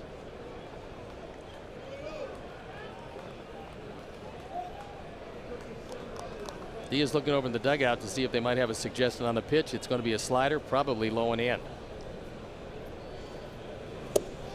It is to the back shoe. 2 balls, 2 strikes. Sox this year came into today with 13 strikeouts with a runner at third and less than 2 outs, 7 sacrifice flies. Strikeout number very low in that category compared to the rest of the majors. This one is not what Moncada wanted. Runners still at the corners, 2 down in the 5th. With Yuan very vulnerable to the changeup, that's where the combination of Williams and Diaz went. Good change, great location. That ball just off the plate looked like it was going to be a strike, but drifted away, and Yuan swung over the top. So it's up to Yolmer Sanchez, who's been a major RBI factor for the Sox this year.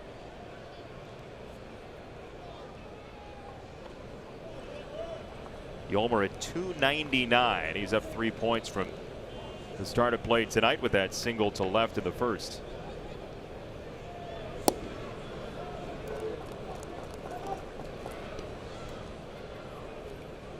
Yolmer Homer's been the guy that's hit the ball well twice.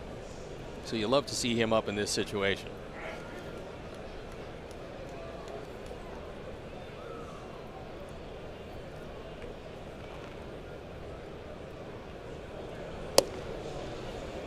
Just outside. Boy, Williams has been corner hunting all night long.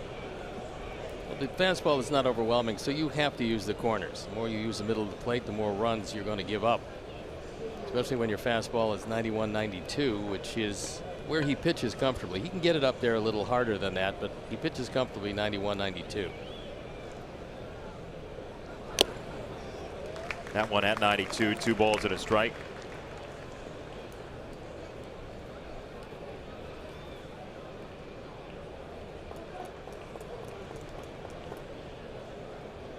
Four and 2/3, 5 hits, 6 strikeouts, no walks.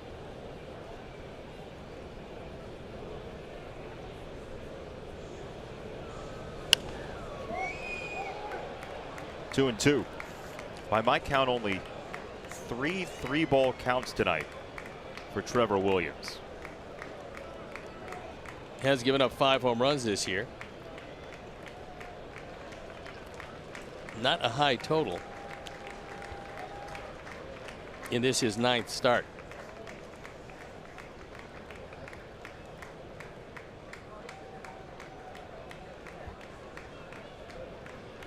Two balls, 2 strikes, 2 down, 1st and 3rd. Ground ball right side and Bell, and the Pirates wriggle out of a major jam in the 5th. Coming up after this, Chuck Garfine's got an update for you.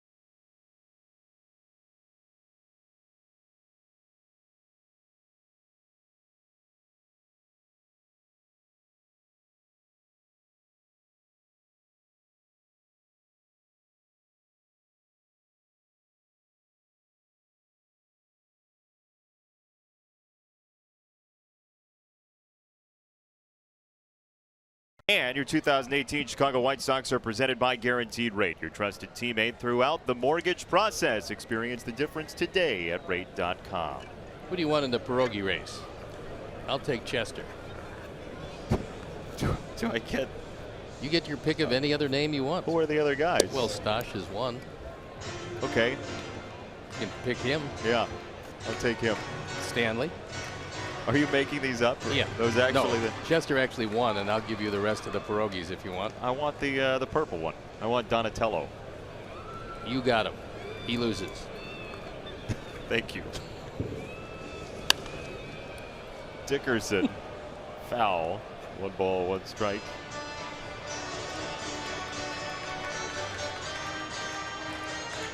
So you only got the name of the one that won and then picked him. Of course. And then completely loaded the dice for all of us. That's exactly right. They got a lot of pierogies around here. I love Mrs. T's pierogies, always have. Since growing up as a small boy just 2 hours down the road in Cleveland, Ohio. I didn't expect a pierogi sermon tonight. It's 6-0. Center field and Garcia for out number 1. Dickerson's 0 for 3. Sox and Pirates will turn it around very quickly in this series. It's 12:35 Eastern time.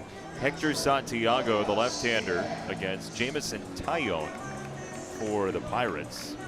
No one's capable of throwing masterful games, and then just when you think he's figured it out, he has a tough time. But he's got great stuff. There's no doubt about that. Oh, yeah, he does. Tough guy, too. It was a couple years ago now. I think it was 2 years ago. He got hit in the head with a line drive and said, no, I'm good. I want to pitch. I'm ready to go. Can't beat that. I'd have been out for 4 months.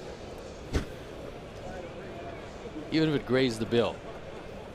Normally, when you're talking about players who've retired, the toughness factor grows for them Exponential. after retirement. Yeah. I'm one of the few that it didn't. For you, it's either flattened out or declined. I don't know which. Didn't know you then. 2 down in the 5th. Well, it was well before you were on this planet. Actually, around the time that you were born, I was pretty much hanging it up. That's true. Yeah. You didn't have a couple more years left in you? I tried, but no. Nope. I like your honesty. Well, my elbow was going, and I had seen the pinnacle, and I'd also been down in the middle and the bottom, and figured I didn't want to slide back down there again, so I knew that there was life after baseball. I didn't know what it was, and it turned out to be television. 4 days later, I was in the booth in Montreal. 4 days later? Yep, 4 days later. It was ABC Monday Night Baseball. You must have had a great agent. Yeah, there was none at that point.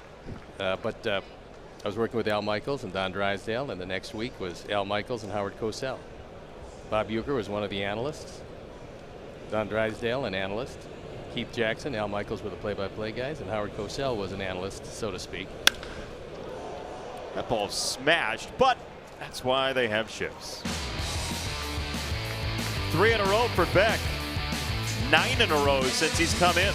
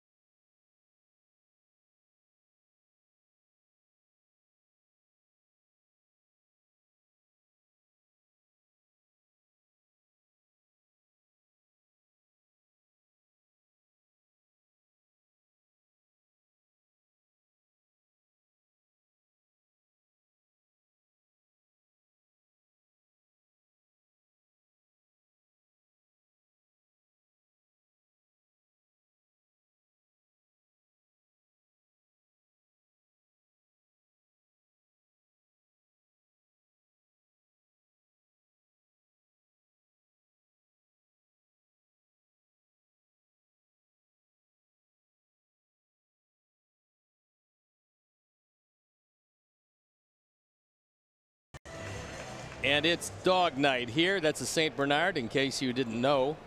That is not a St. Bernard, in case you didn't know. What a cute little hound that is. A selfie of the hound, tough to do for a hound. There's twins, very nice. And you can't beat water for a part lab. Can't beat dog night, my favorite night at the park. Jose Abreu tattoos this ball to center field and off the wall. Jose into second. He's in there safely and does the splits again. That might be getting old for number 79. I was going to say, if his leg was okay after the last play at first base, Now we'll see how this one turns out as he pounds the ball against the wall. His second hit of the night, and he's starting to heat it up. This is a blast.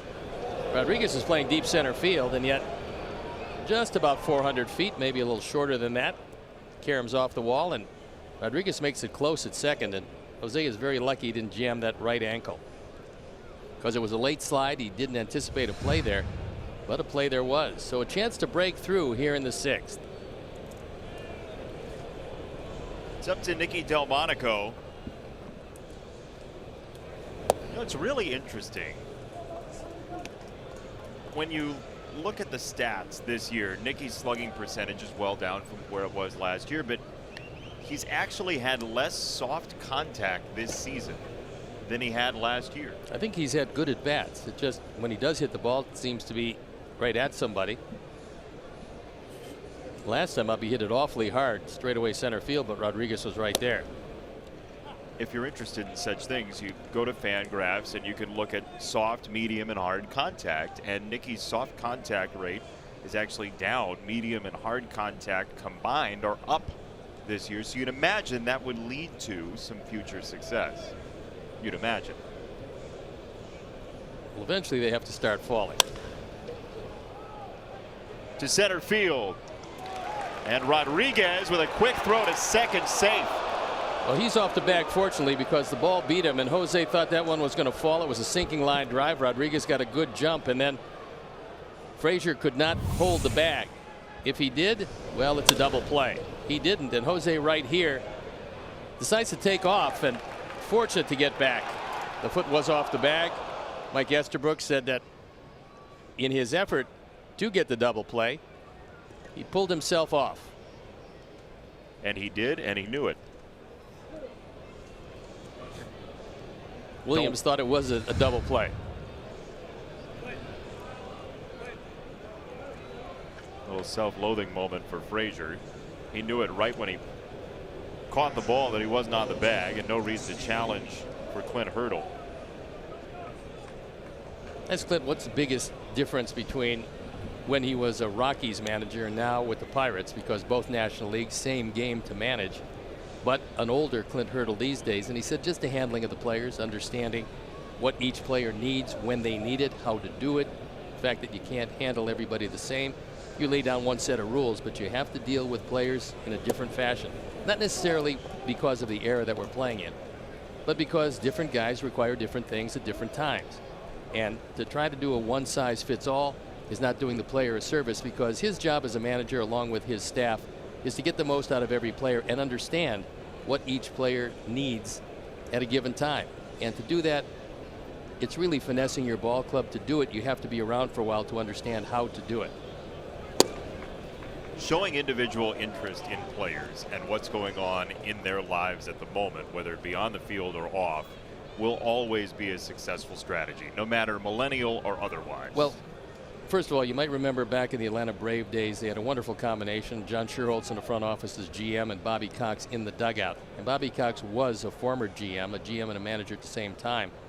But Bobby Cox did something that current day managers can learn from, and a lot of them do that.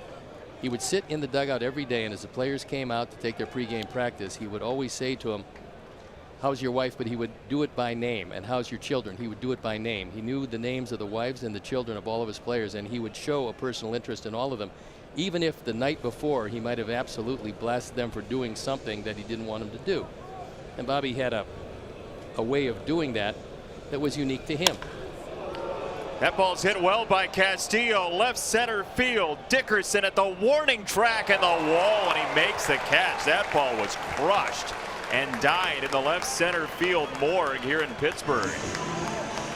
The triangle back there, as they call it, is 410 feet from home plate. It's the deepest part of the ballpark, and that one wasn't exactly in the triangle, but it was close enough.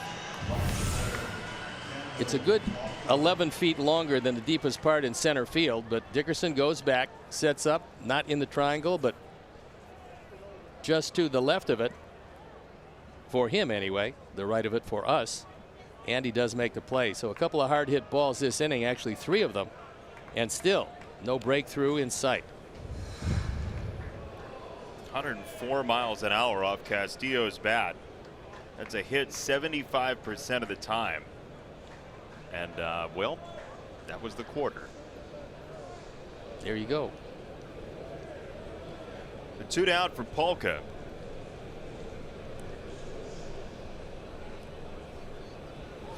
I didn't just calculate that, by the way. That's according to StatCast. It's a hit 75% of the time. I'm not like Euclid or anything. That's where I was born and raised. South Euclid, actually. That's just south of where your Euclid is. But you got to show me eventually if I can find some way to navigate myself into StatCast. That would be good. I got it. We'll do it during the break. Oh, terrific. Does it require me doing anything or just No, just pop sit and up watch on this machine? I'll be your IT guy. Oh, terrific. That's very good. This is why we really should do a Facebook Live during the break.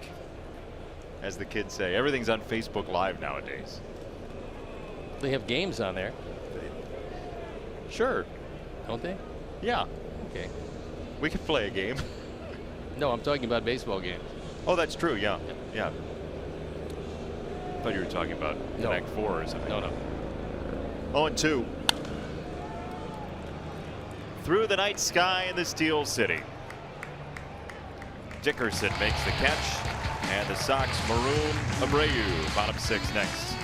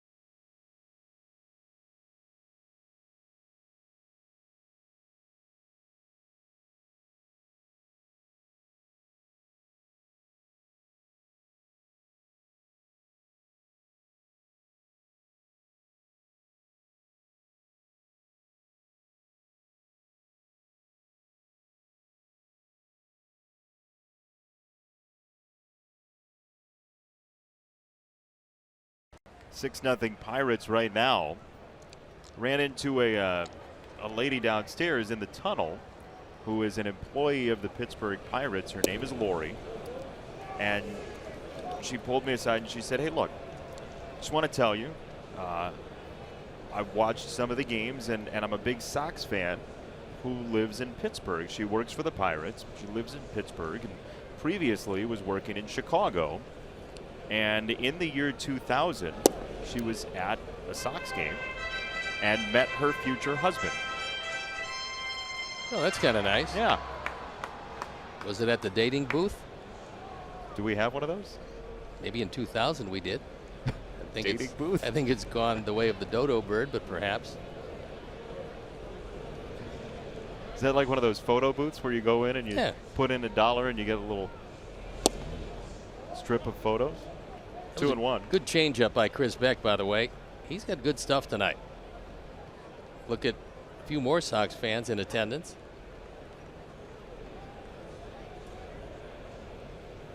Not that far really down the road. You just head to Cleveland and then keep going straight a little south and you're here. Remind me never to ask you for directions. Makata to first for out number 1. Just go to Cleveland, keep driving. And Thursday, join NBC Sports Chicago for a taping of Beer Money, presented by Coors Light. Head over to Timothy O'Toole's in Libertyville at 5 and put your sports trivia knowledge to the test for a chance to take home cash. You can't take home Mike Krzyzewski, whose nickname is Cash, but you can take home some money. That one looked like went right through the legs of Chris Beck. And Moncada right there to make the play. I like the idea of cash and prizes. That's good.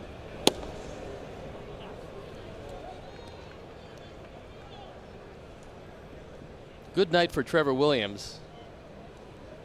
6 scoreless so far. He's got a 6-0 lead. Sox have had some opportunities, but they left him right there.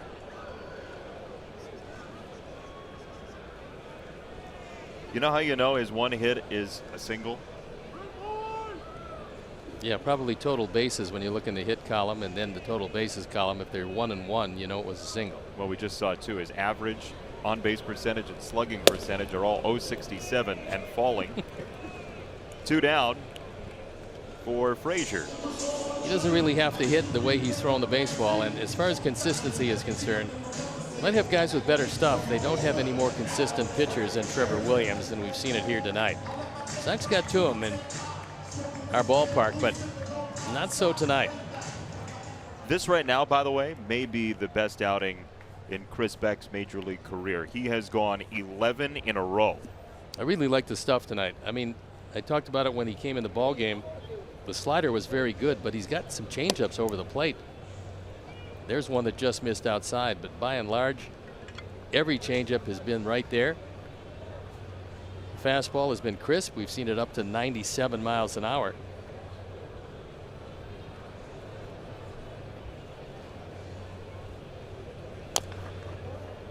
Teams have had some success pitching Frazier inside this year. As Beck did there. Well, Ronaldo tried it early in the ball game. It was about the inner third. Didn't quite get inside enough, and Frazier hit it out of the ballpark for his 3rd home run of the year. That started a very big first inning, and that's been a trend lately for our Sox pitchers. 4 runs on 5 hits in the first inning. A home run, a single, a double, and a double. First 4 hitters. So before you know it, you're down 4-zip, and they tacked on 2 in the second inning. That's been the sum total of the scoring. Dave Ross tells us that the Sox record for consecutive games with runs allowed in the first inning is 7. That happened 3 times before the 1950s. That was a lively ball era. Weren't they called galas then? It's when Home Run Baker ruled the roost. I think he led with 12 one year. That hit him. Frazier knew it before Chad Fairchild did. That's the ticket. 2 out, hit by pitch. First runner allowed by Beck, who Chris doesn't Beck agree. was kind of surprised. He didn't think it hit him, but obviously Frazier was the first to know. And Ricky wants to see if it did indeed get him. He didn't move his foot out, but it looked like it hit the front foot, we would assume. Maybe got a lace. Umpires do have the discretion to say you didn't do anything to get out of the way, and you don't get your base, but you rarely, if ever, see that happen. And he's going to come out now to flip-flop the batting order. I think Polka will come out of the ball game making the 3rd out, and then he will go to the pen as Chris Beck did a terrific job tonight. This is just a good job making sure that you don't decimate the bullpen after an early departure on the part of Ronaldo Lopez. So a job well done by Chris Beck. He will leave. And so the Sox will turn to Aaron Bummer out of the bullpen to face Polanco and Ricky Renteria, former Pittsburgh Pirate. Inside the manager's office is a treasure trove of old pictures, and that's our subject of One Thing with Ricky tonight.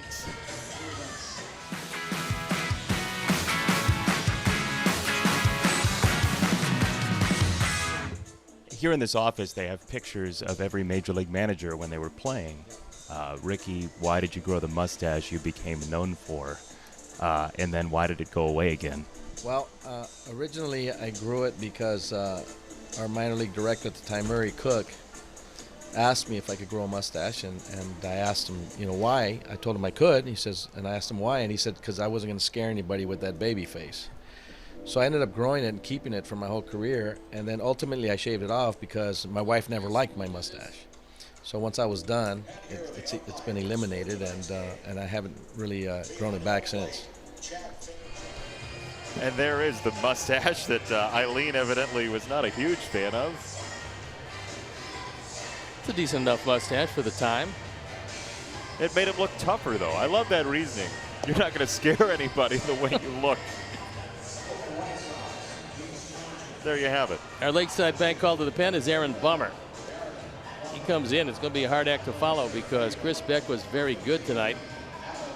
And there you look at the numbers. On for the 20th time. He's 0-1 at .476 ERA. 11 1/3 to 5 walks, the 11 strikeouts. And opponent's batting average of .320. That is a high total. As right-handers, it really hurt him, as you would expect for a guy that was slated for a situational left-hander. That has fallen to Jace Fry, however, as he's come up from the minor leagues and done a really good job each and every time out.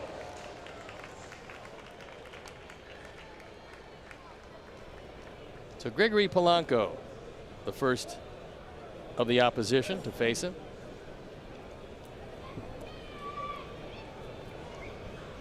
Lefty 6 for 22 against Bummer.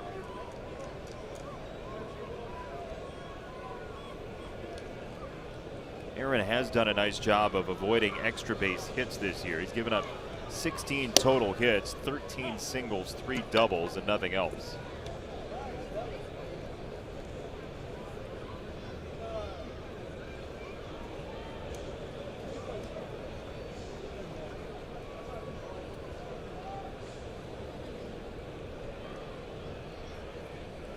Polanco just 4 for 23 against lefties this year. He has really struggled against left-handed pitching. It's a 174 average.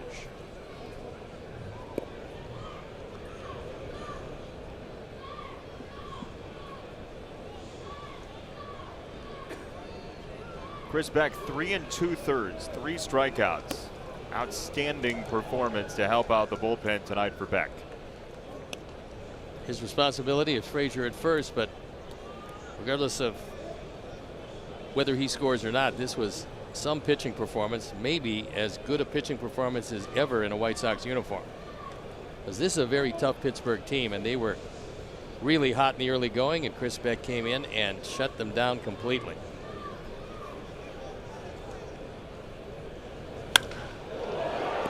That's hit well, right center field and off the top of the wall.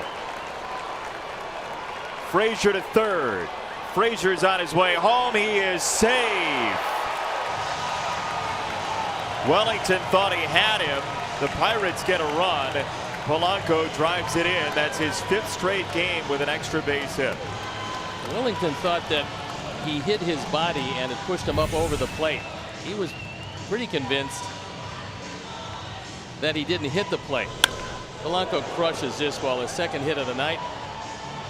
This one went high off the wall, and a nice job of getting it back in. The play at the plate. It could be that although the front foot didn't hit it, it looked like he hit it with his back foot. And Ricky wants him to take a look at it. Got nothing to lose at this point. It's either going to be 7-0 and the Pirates still batting, or 6-0 and the inning's over. And with this being the 6th inning, you then can ask for umpire review from the crew chief in the last 3 innings. And so the did front he foot, pop up? Well, the front foot was up over the plate. There's no doubt about that. The question was the back foot. And Wellington thought he had him. So the front foot went over. It looked to me like he's safe at the plate, but we'll see. It looked like Chad Fairchild was in perfect position to make the call. And I think the tag came after the back foot. The right foot hit the plate.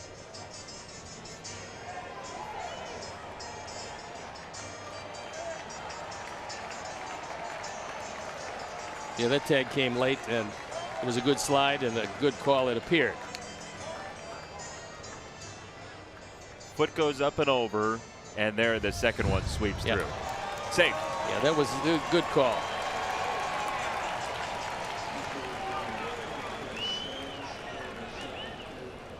So in absentia, Chris Beck's line is 3 2/3 with that run scored on no hits, no walks, 1 hit batter, and 3 strikeouts.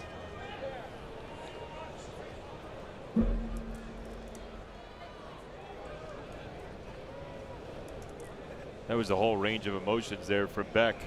He watches the run cross, says a couple things to himself, and then says, you know what? All we can do is root him on.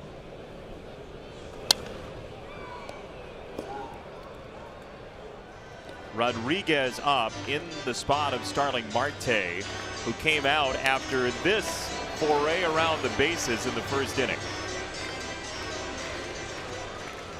He puts the arm up and then pulls up. I don't know if it was the salute rounding the bag or if he had heard it before, but he looked like he was running real well, and then after he lifted his right arm, that's when he came out with right side problems.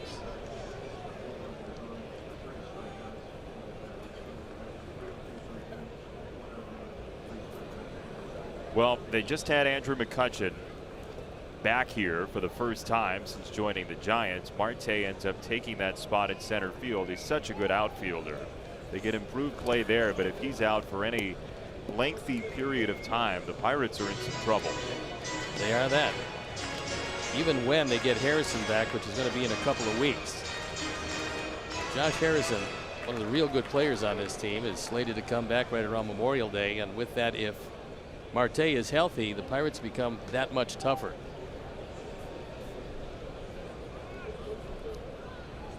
2-1 to Rodriguez, the journeyman utility player.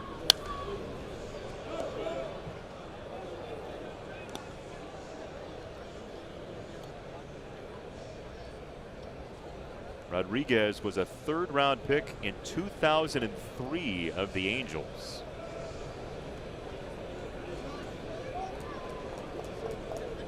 He's grown into a very handy man to have around because there's no position he can't play.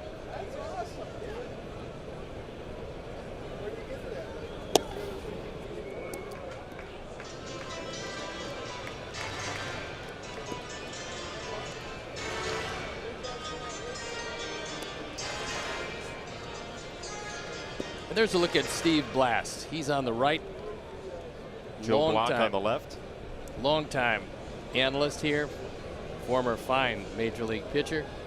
Pitched the 7th game of the World Series. The next year he came back and could not even, by his own admission, throw it in the batting cage. So the inning is over. We'll tell you more about Steve Blast as we come back. That's a tease right there, folks. 7-0 Pirates after 6.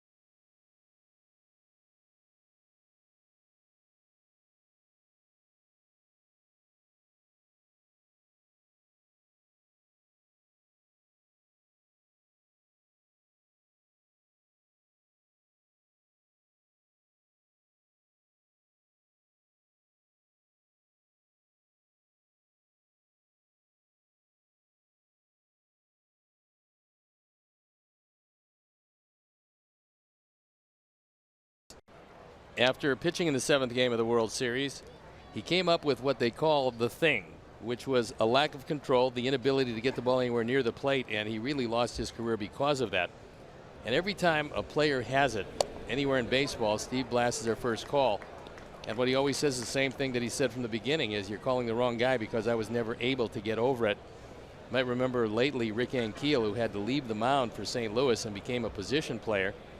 Blass didn't have that type of offense, so his career was done. To left field, Dickerson for out number 1.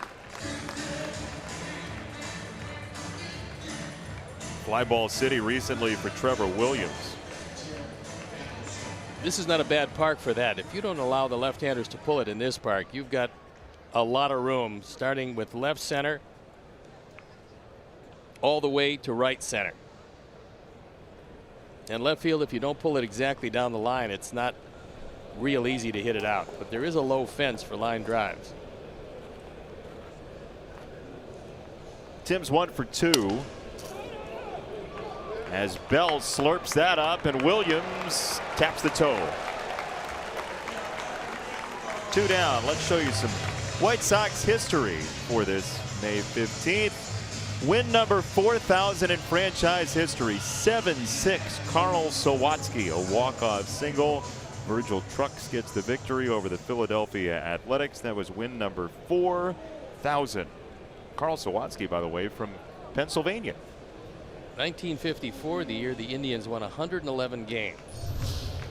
And then got taken out unceremoniously in 4 straight by Dusty Rhodes and the Giants, the New York Giants at the time. I was crushed as a little kid growing up in Cleveland. Oh, it was horrible. Poor little Steve. Still carry the emotional scars from the sweep. Oh, so that's what happened. That's one of the things that happened, yes. Adam Engel's first at bat. This is a fly ball to right field. Polanco back at the warning track to make the play. Trevor Williams evidently has his parking meter running out.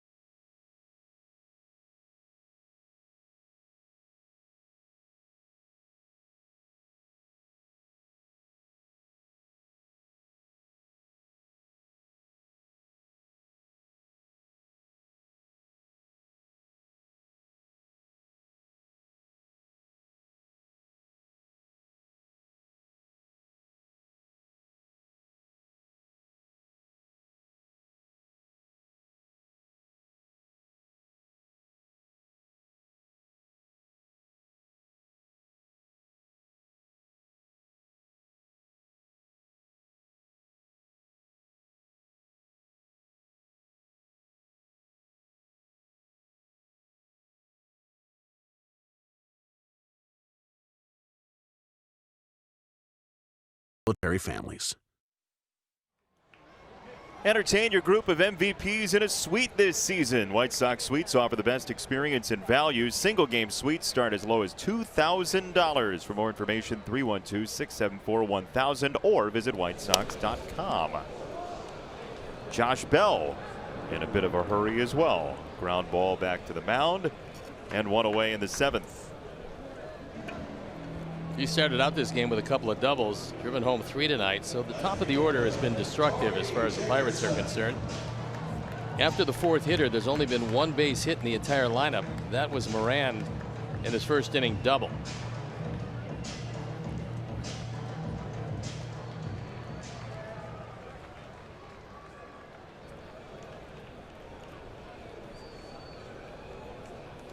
Dickerson with a ground ball and a line out and a fly out so far for his night. Chris Beck, 3 2/3, 1 run, 3 strikeouts. The only runner that he gave up was a hit by pitch, and Pirates have 2 of those tonight. Tom Verducci in Sports Illustrated just wrote a piece today about the trends in baseball. Hit batters are at a 118-year high right now. A couple of reasons for that. This is a base hit. 1 out for Dickerson at first. One of the reasons I believe is that there's so many home runs hit that pitchers are coming inside more, not wanting to get the ball out over the plate, because with the maple bats and the baseball maybe a little more lively, although that's up for debate, but the ball is flying out of the ballpark at an alarming rate, and so pitchers don't want to throw it out over the plate. They want to throw it inside. With the armored up lead arm on most of the hitters, they are standing closer to the plate, not able to get out of the way, getting locked in. They're striding toward the plate, and it leads itself to more hit batsmen than ever before. So the home runs are up, and obviously the hit batsmen are up.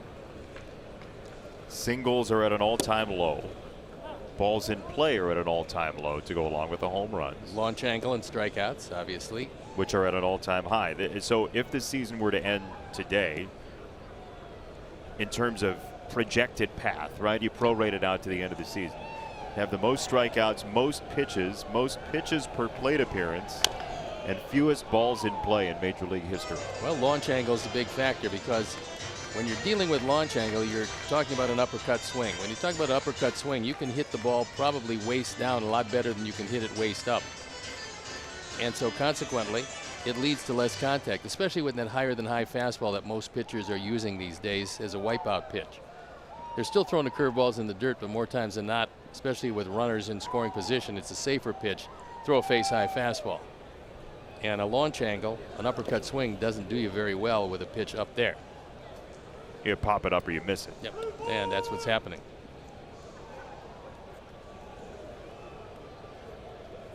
Do you miss the single? No. You don't? No. Pitchers never miss singles. Most pitchers would encourage guys to go up there and swing as hard as they can, which is what's happening today. Right side base hit. Dickerson got a late start. He's into second with 1 out. So where's the disconnect? If that's what pitchers want, when will this even out, and when will hitters glide away from that? It's a good question. I don't know. This is what's being talked about, and yet you have certain team philosophies, and there's many teams that do it. They put the bat on the ball. This Pittsburgh team puts the bat on the ball. They're a big contact team. Red Sox, Alex Cora basically said, swing more. You've taken too many pitches from last year. And the teams that put the ball in play the most put the pressure on the defenses, and the defenses universally aren't all that good these days. I mean, the guys have more range than ever. The arms are stronger than ever in the history of our game, and yet the defenses aren't quite as good all the way around. They make spectacular plays, and they won't turn double plays a lot on routine double play balls. So I think we've seen that the new era of baseball is completely different. Doesn't mean that it's better or worse. It just is different. Where it used to be put the bat on the ball, make a productive out if you're going to make an out, put the ball in play, pressure the defenses, and eventually they will make a mistake. But now with the philosophy of swing as hard as you can, use that correct launch angle. If you hit the ball, it's going out of the ballpark. It's like the three-point shot in basketball. When your team is hitting it, you look really good. When it's not hitting it, you lose. And in baseball, if you're built on the home run, when you're hitting them, you look really good. And if you don't, you can't manufacture runs and you lose. You've been watching Rockets basketball, haven't you? No. They're predicated on the three-point shot. It's good when you're hitting it. And they're a good team, a very good team.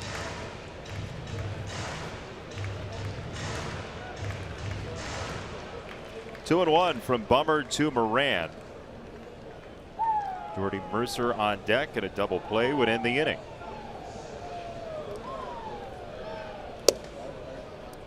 Outside, 3 balls and a strike. Pittsburgh got 4 in the first. A home run from Frazier, a single from Polanco, a double from Marte, and a Bell 2-run double. Then Moran drove in the final run of the inning with a double with 2 out for Clint Hurdle.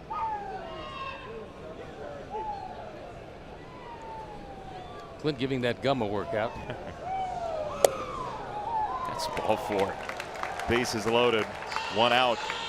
Join us for Star Wars Night at Guaranteed Rate Field. That's Saturday, May 19th. Sox and Rangers. First 20,000 fans get that. A Hawks solo bobblehead presented by TransUnion. Visit WhiteSox.com to purchase your tickets today.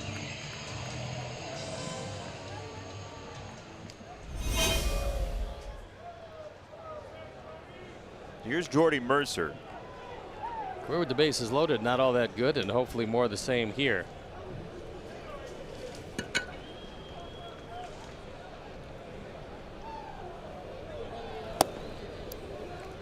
He takes a ball downstairs.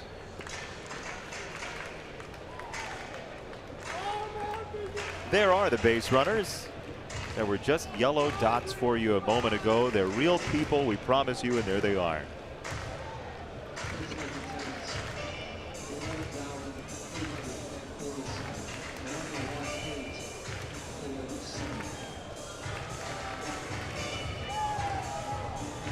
Meeting at the mound. Should be able to carry those over to the next game throughout the series.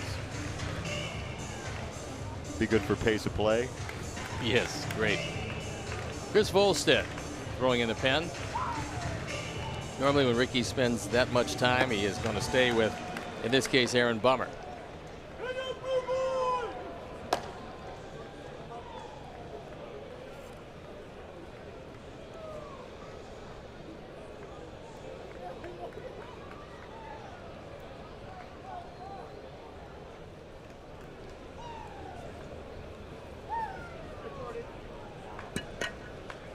Pirates have been shutout machines this year. They have 6 shutouts already, and we're not halfway through May yet.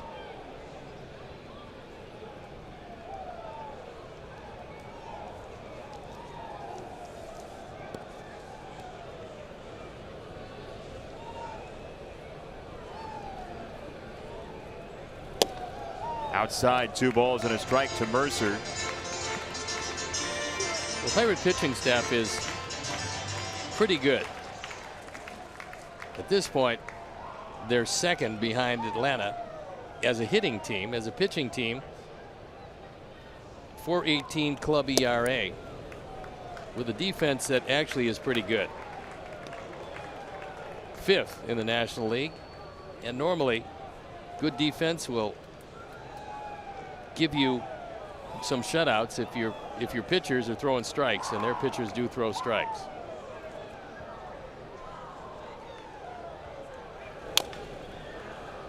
Mercer went after what looked like it might have been ball 4, so Jordy Mercer with a full count. This Pirate team does it offensively. Only Atlanta has been a better offensive club than Pittsburgh, with the Cubs 3rd as far as batting average is concerned. Looks like Williams is done. Jose Osuna's grabbed a bat in the 9 spot on deck. I'm sure Clint Hurdle absolutely delighted by the 7-inning pitching performance of Trevor Williams. Bummer rings up Mercer. 2 down.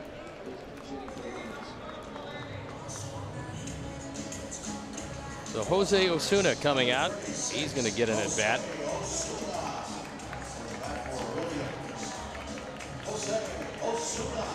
Things going pretty well for him when you look at those numbers. On base percentage at .375, the slugging percentage.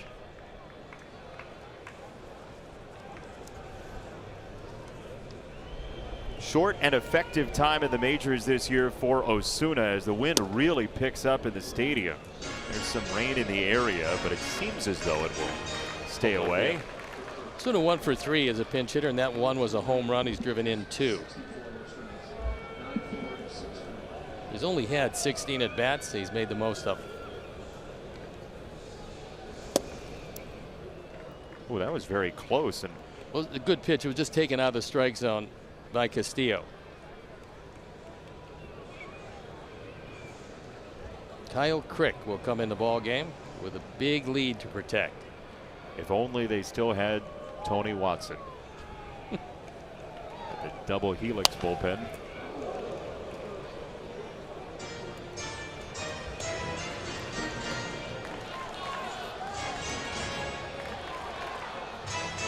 1-2 for Osuna, who is checking with Chad Fairchild on whether or not that was a strike.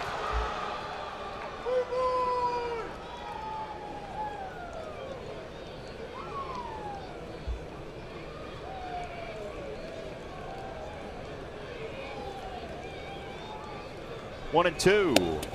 Swing and a miss, and Castillo got drilled by the backswing of Osuna.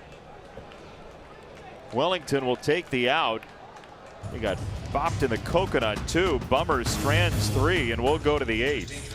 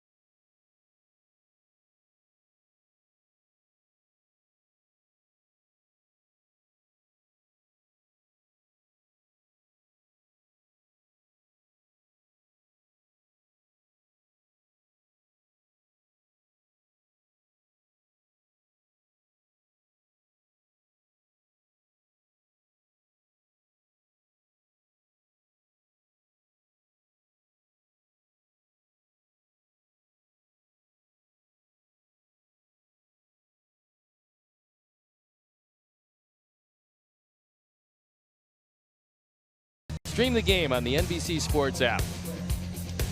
And here's the upcoming schedule, including that game tomorrow, 11:35 Central Time. Then the Rangers are in town for 4. I think Adrian Beltre is having some calf problems once again. That's been really plaguing him over the last few years, and if he's not playing, the Rangers aren't near as tough. Although they can usually score a whole lot of runs and should be an interesting series. Got a new pitcher coming in the ball game. And there's a look at Kyle Crick. We saw him in the bullpen on for the 12th time. He's had a good run at it, ERA of 2.89. Left-handers don't hit him as well as the right-handers do. And nobody hits him very well, with opponents hitting just 231. Look, Kyle, no pressure, right? But you're in your first year with a new team, and you're the guy they got for Andrew McCutchen. But just be loose out there. They were actually in the hunt as far as sending Andrew McCutchen someplace. They tried with Washington, and a couple of pieces that the Sox got for Adam Eaton were talked about for McCutchen. And I'm happy that it didn't go that way, as Adam Eaton going to the Nationals, and 3 potential major league starting pitchers coming back our way. Giolito, Lopez, and Dunning. Reynaldo Lopez tonight with his toughest outing this season, just 2 innings. Meantime, the guy he sparred with, Trevor Williams, 7 innings of shutout balls, 6 hits, only 1 extra base hit, and 6 strikeouts. There you walk. It was a fine performance.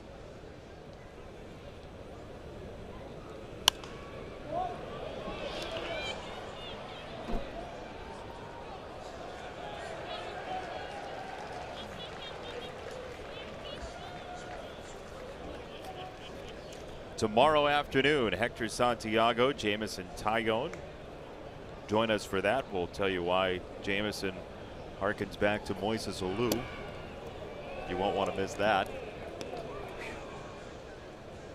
Yes, you certainly don't want to miss that.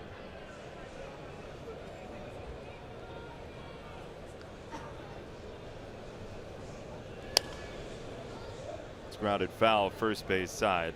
Afternoon game's always good for stream of consciousness conversation. Join us Friday, June 1st. It's rock and roll night and fireworks presented by Guaranteed Rate as the Sox host the Milwaukee Brewers 7:10 p.m. To buy tickets, visit whitesox.com.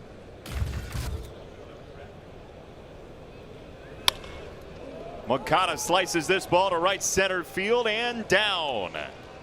He's on with a leadoff single. In the Cleveland game, kind of an ominous note for the Indians. Since Andrew Miller's come off the disabled list, he's not throwing it near as effectively. And the Tigers, who were way down in that ball game, in fact, they were down 8-1, have battled their way back. The Tigers scored 2 in the 5th, 1 in the 6th, 4 in the 7th, and it's an 8-8 game. Actually, they were down 5-1 and then made it 5-3. The Indians made it 8-3 before the Tigers coming back with a big 7th. Jacoby Jones a home run. Nicholas Castellanos with a home run.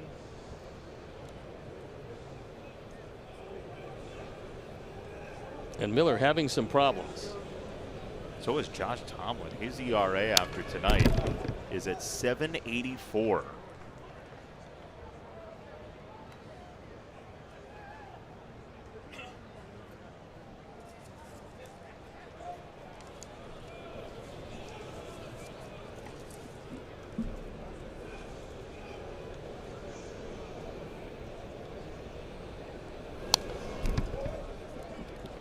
The Tigers can find a way to win that ball game. They're going to be just 1 game back, depending on what happens with the Twins. Minnesota trailing 1-0 in the 6th against St. Louis.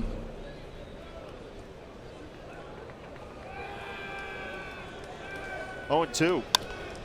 Breaking ball on the ground. Mercer. And they'll get 1.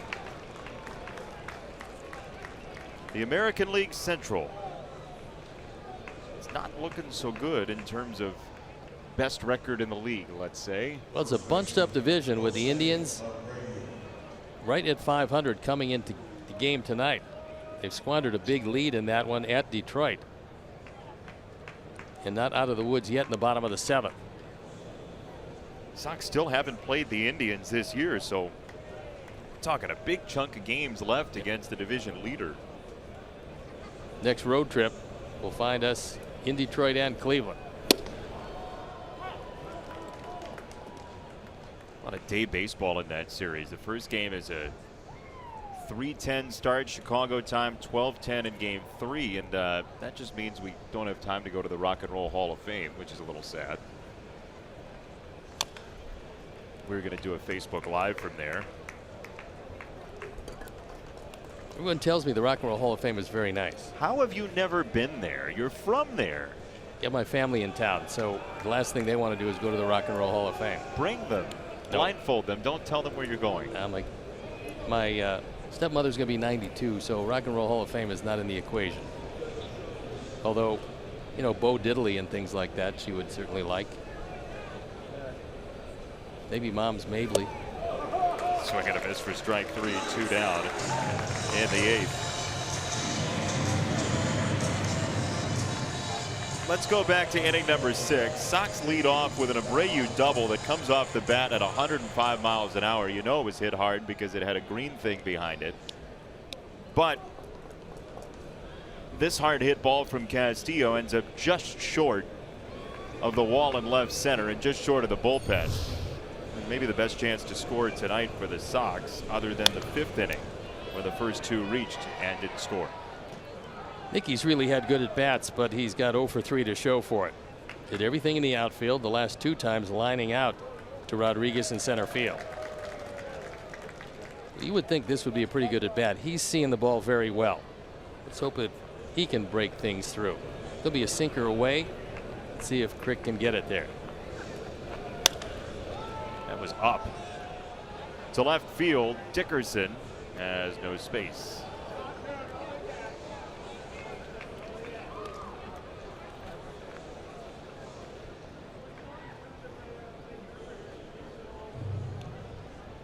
Souvenir for that young Pirate fan. A story to tell forever.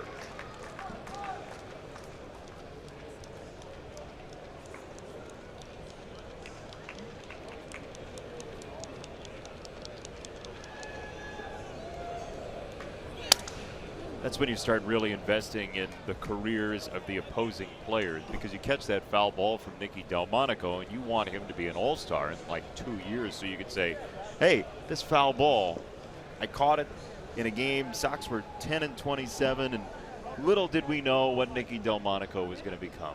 Did you ever catch a foul ball? Yeah. I never did. Really? Nope, never got a souvenir. Hard to get one in the upper deck where I was inhabiting in those days. With that big net in the booth, you never got one? No. Huh. I got hit in the chest with a foul ball. Does that count? Because you had the hands of a sturgeon? I was on the air at the time. No, that doesn't I was using a mic on the counter. Ball comes back and hits the microphone and then hits me in the chest. Well, I'll protect you. I don't buy it. Well, you're right. 1-2 on the ground, second base side, and Frazier to retire the side. Let's see what Chuck Garfien has when we come back.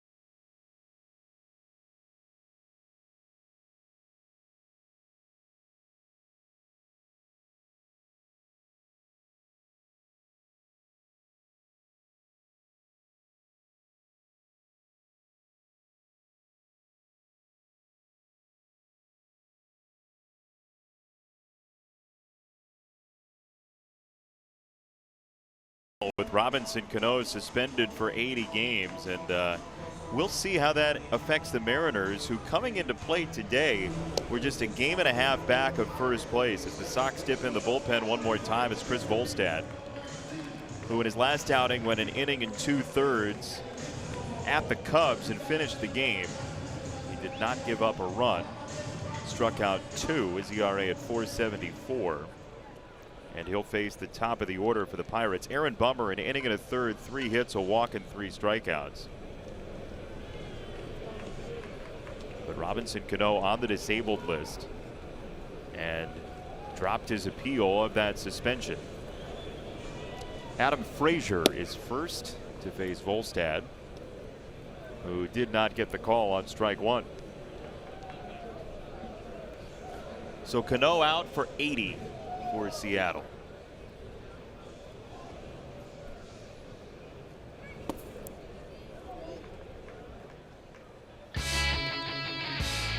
No postseason, no All-Star game.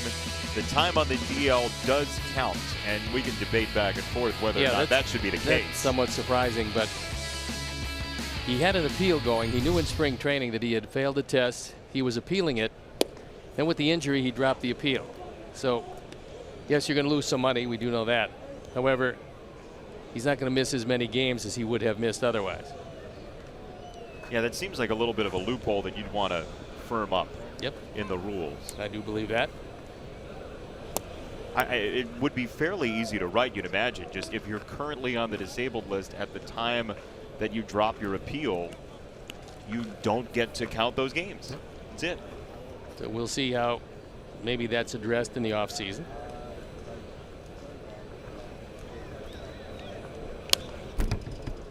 Fouled back 3-2 on Frazier, who was hit by a pitch in the 6th inning by Chris Beck, and that created the only run Beck gave up in 3 2/3. And if you're looking for a sunny portion of this game for the Sox, it is Chris Beck, who was tremendous tonight as a bridge man from Lopez to Bummer. Second base Moncada, 1 out. So we have just cleared the 2-hour and 50-minute mark in our ball game tonight. So 9:58. Why is that important, you may ask? Well, because this day in White Sox history, it was 1918. The Sox lost to the Senators 1-0. Big Train got the win in a complete game in 18 innings, and the time of the game was 2:50. Well, the commercial breaks were so much less at that point. I mean, just coming out of the Second World War and all, First World War, excuse me, 1-0, 18 innings. And he pitched the whole darn thing. Well, those were the times when they weren't too concerned about his arm. They figured they were going to let him go. They were stretch him out a little bit that day. I just, when you hear people say, well, we can't do anything to change the integrity of the game because the game's always been. There were 18-inning games that were going 2 hours and 50 minutes. Something has changed in baseball. A few things, actually. Yeah. Yeah. In the last 100 years, there have been a few changes. 125 batters, Steve. 125 batters, 2 hours, 50 minutes. They weren't worried about launch angles.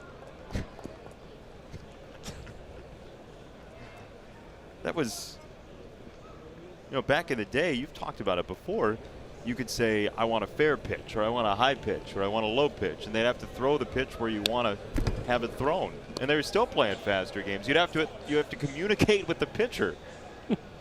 And the games were faster.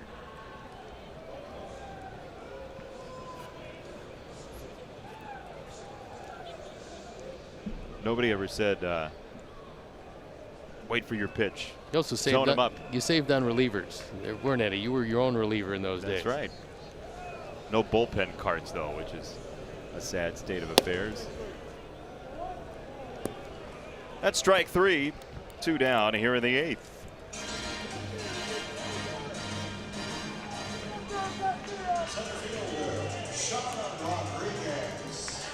Any chance we could convince Chris Volstad to change his number to 18 at some point in the future? What with that being the amendment? The Volstead Act? Uh-huh. Probably not. You don't think so? No. 66 a good number. There is no 66th amendment. Daniel Palka is also wearing number 18 right now, so in order for that chicanery to happen, we'd have to have a switch. Pirate fan that's enthralled with this one. Loves the conversation we're having, evidently. It's an easy way for a director to tell you, talk about something else. Show somebody sleeping. Thanks, Andrew.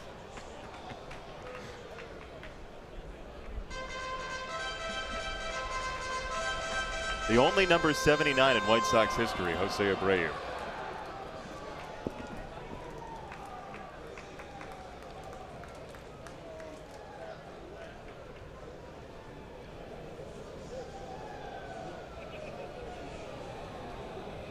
Oh, 2 from Volstad. Sharp break on that ball, 1-2. It is kind of unusual at the ballpark because we keep feeling the wind kind of picking up here as high as we are. I think it's on the 6th level. But the flags not moving at all.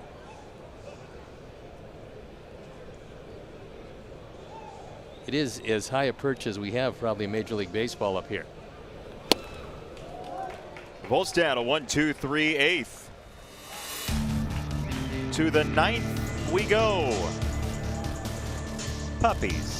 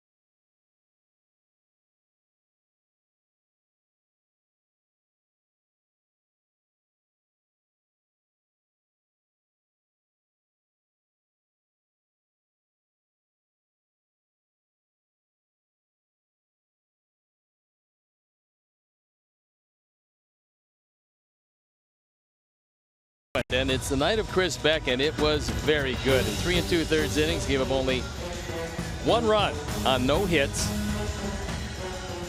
Struck out 3, didn't walk anybody. A fine performance. It was one of the highlights of the game today, and there haven't been too many as far as the Sox are concerned, but Chris Beck was one of them.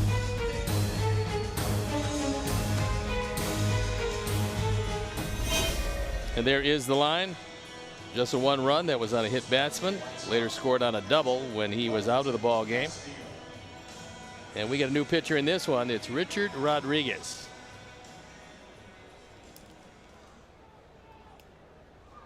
He'll strike you out.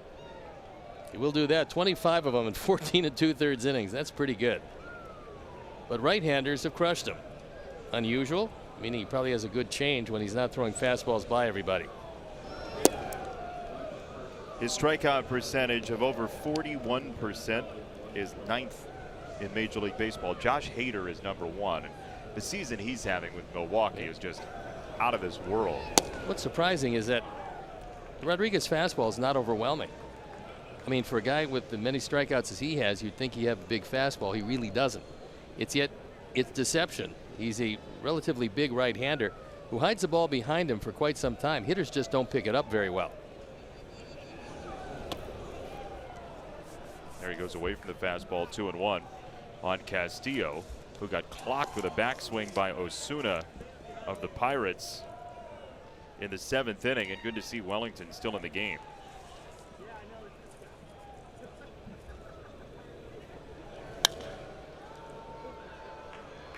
To right field, Polanco in the corner.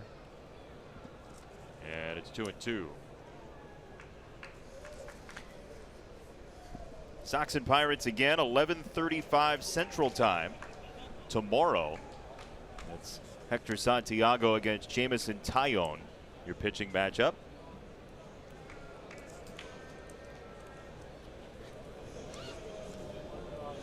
Two and 2. That's in there for strike 3. Caught the corner. And Matt Davidson will get a swing here. Matt, who has been one of the breakout stars on this team and a very productive offensive season so far. Got 11 home runs, hit a couple of them against the Cubs at Wrigley Field.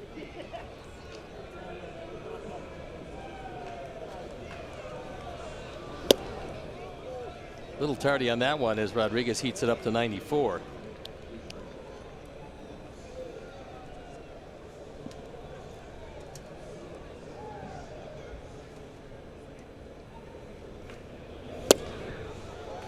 93, 0-2. Trevor Williams with a fine performance tonight for the Pirates on the mound. 7 innings, 6 hits of shutout ball, 6 strikeouts.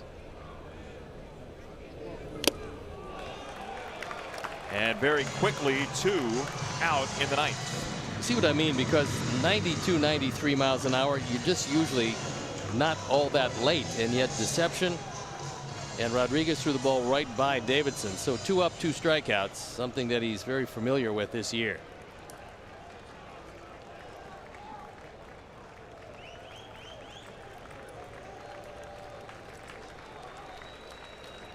Last hope for the Sox is Leori Garcia.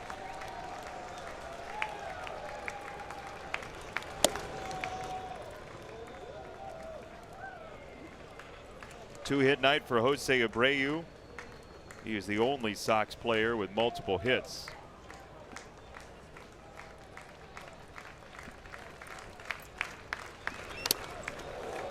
That one is a bell ringer, 1-1. Diaz took that one off the face.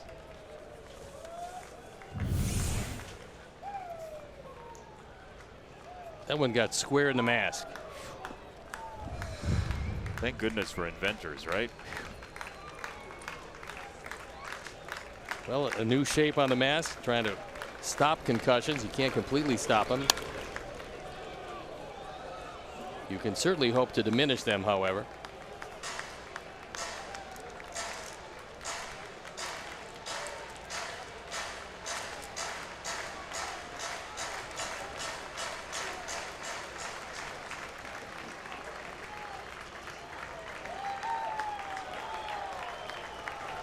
One and two. Rolls in there. 2 balls, 2 strikes. Pirates took the lead in the first inning. Sox have trailed 15-0 combined in the last 4 games through the first inning.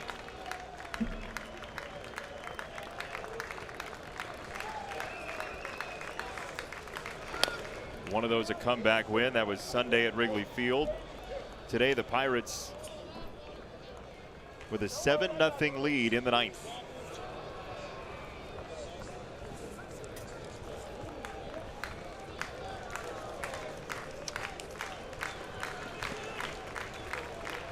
Two balls and 2 strikes.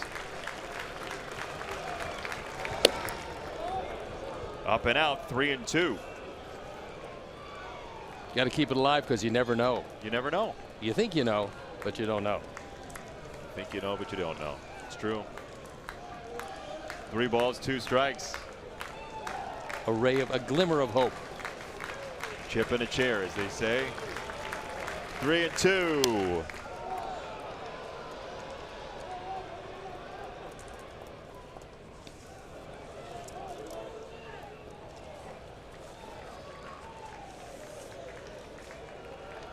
Rodriguez, who's been a strikeout factory, has him standing and waiting. 3-2. A fister, second base. Frazier collects it, and the Pirates win the opener in shutout fashion, 7-0.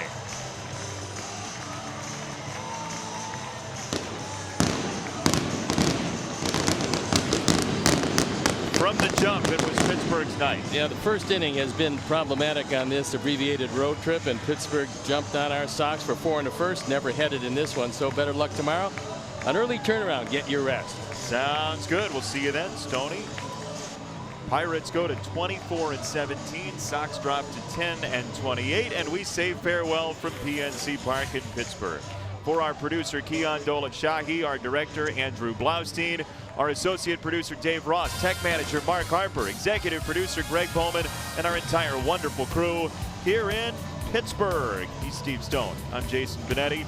So long. Coming up next, Subaru White Sox post-game live. You've been watching Chicago White Sox baseball on NBC Sports Chicago.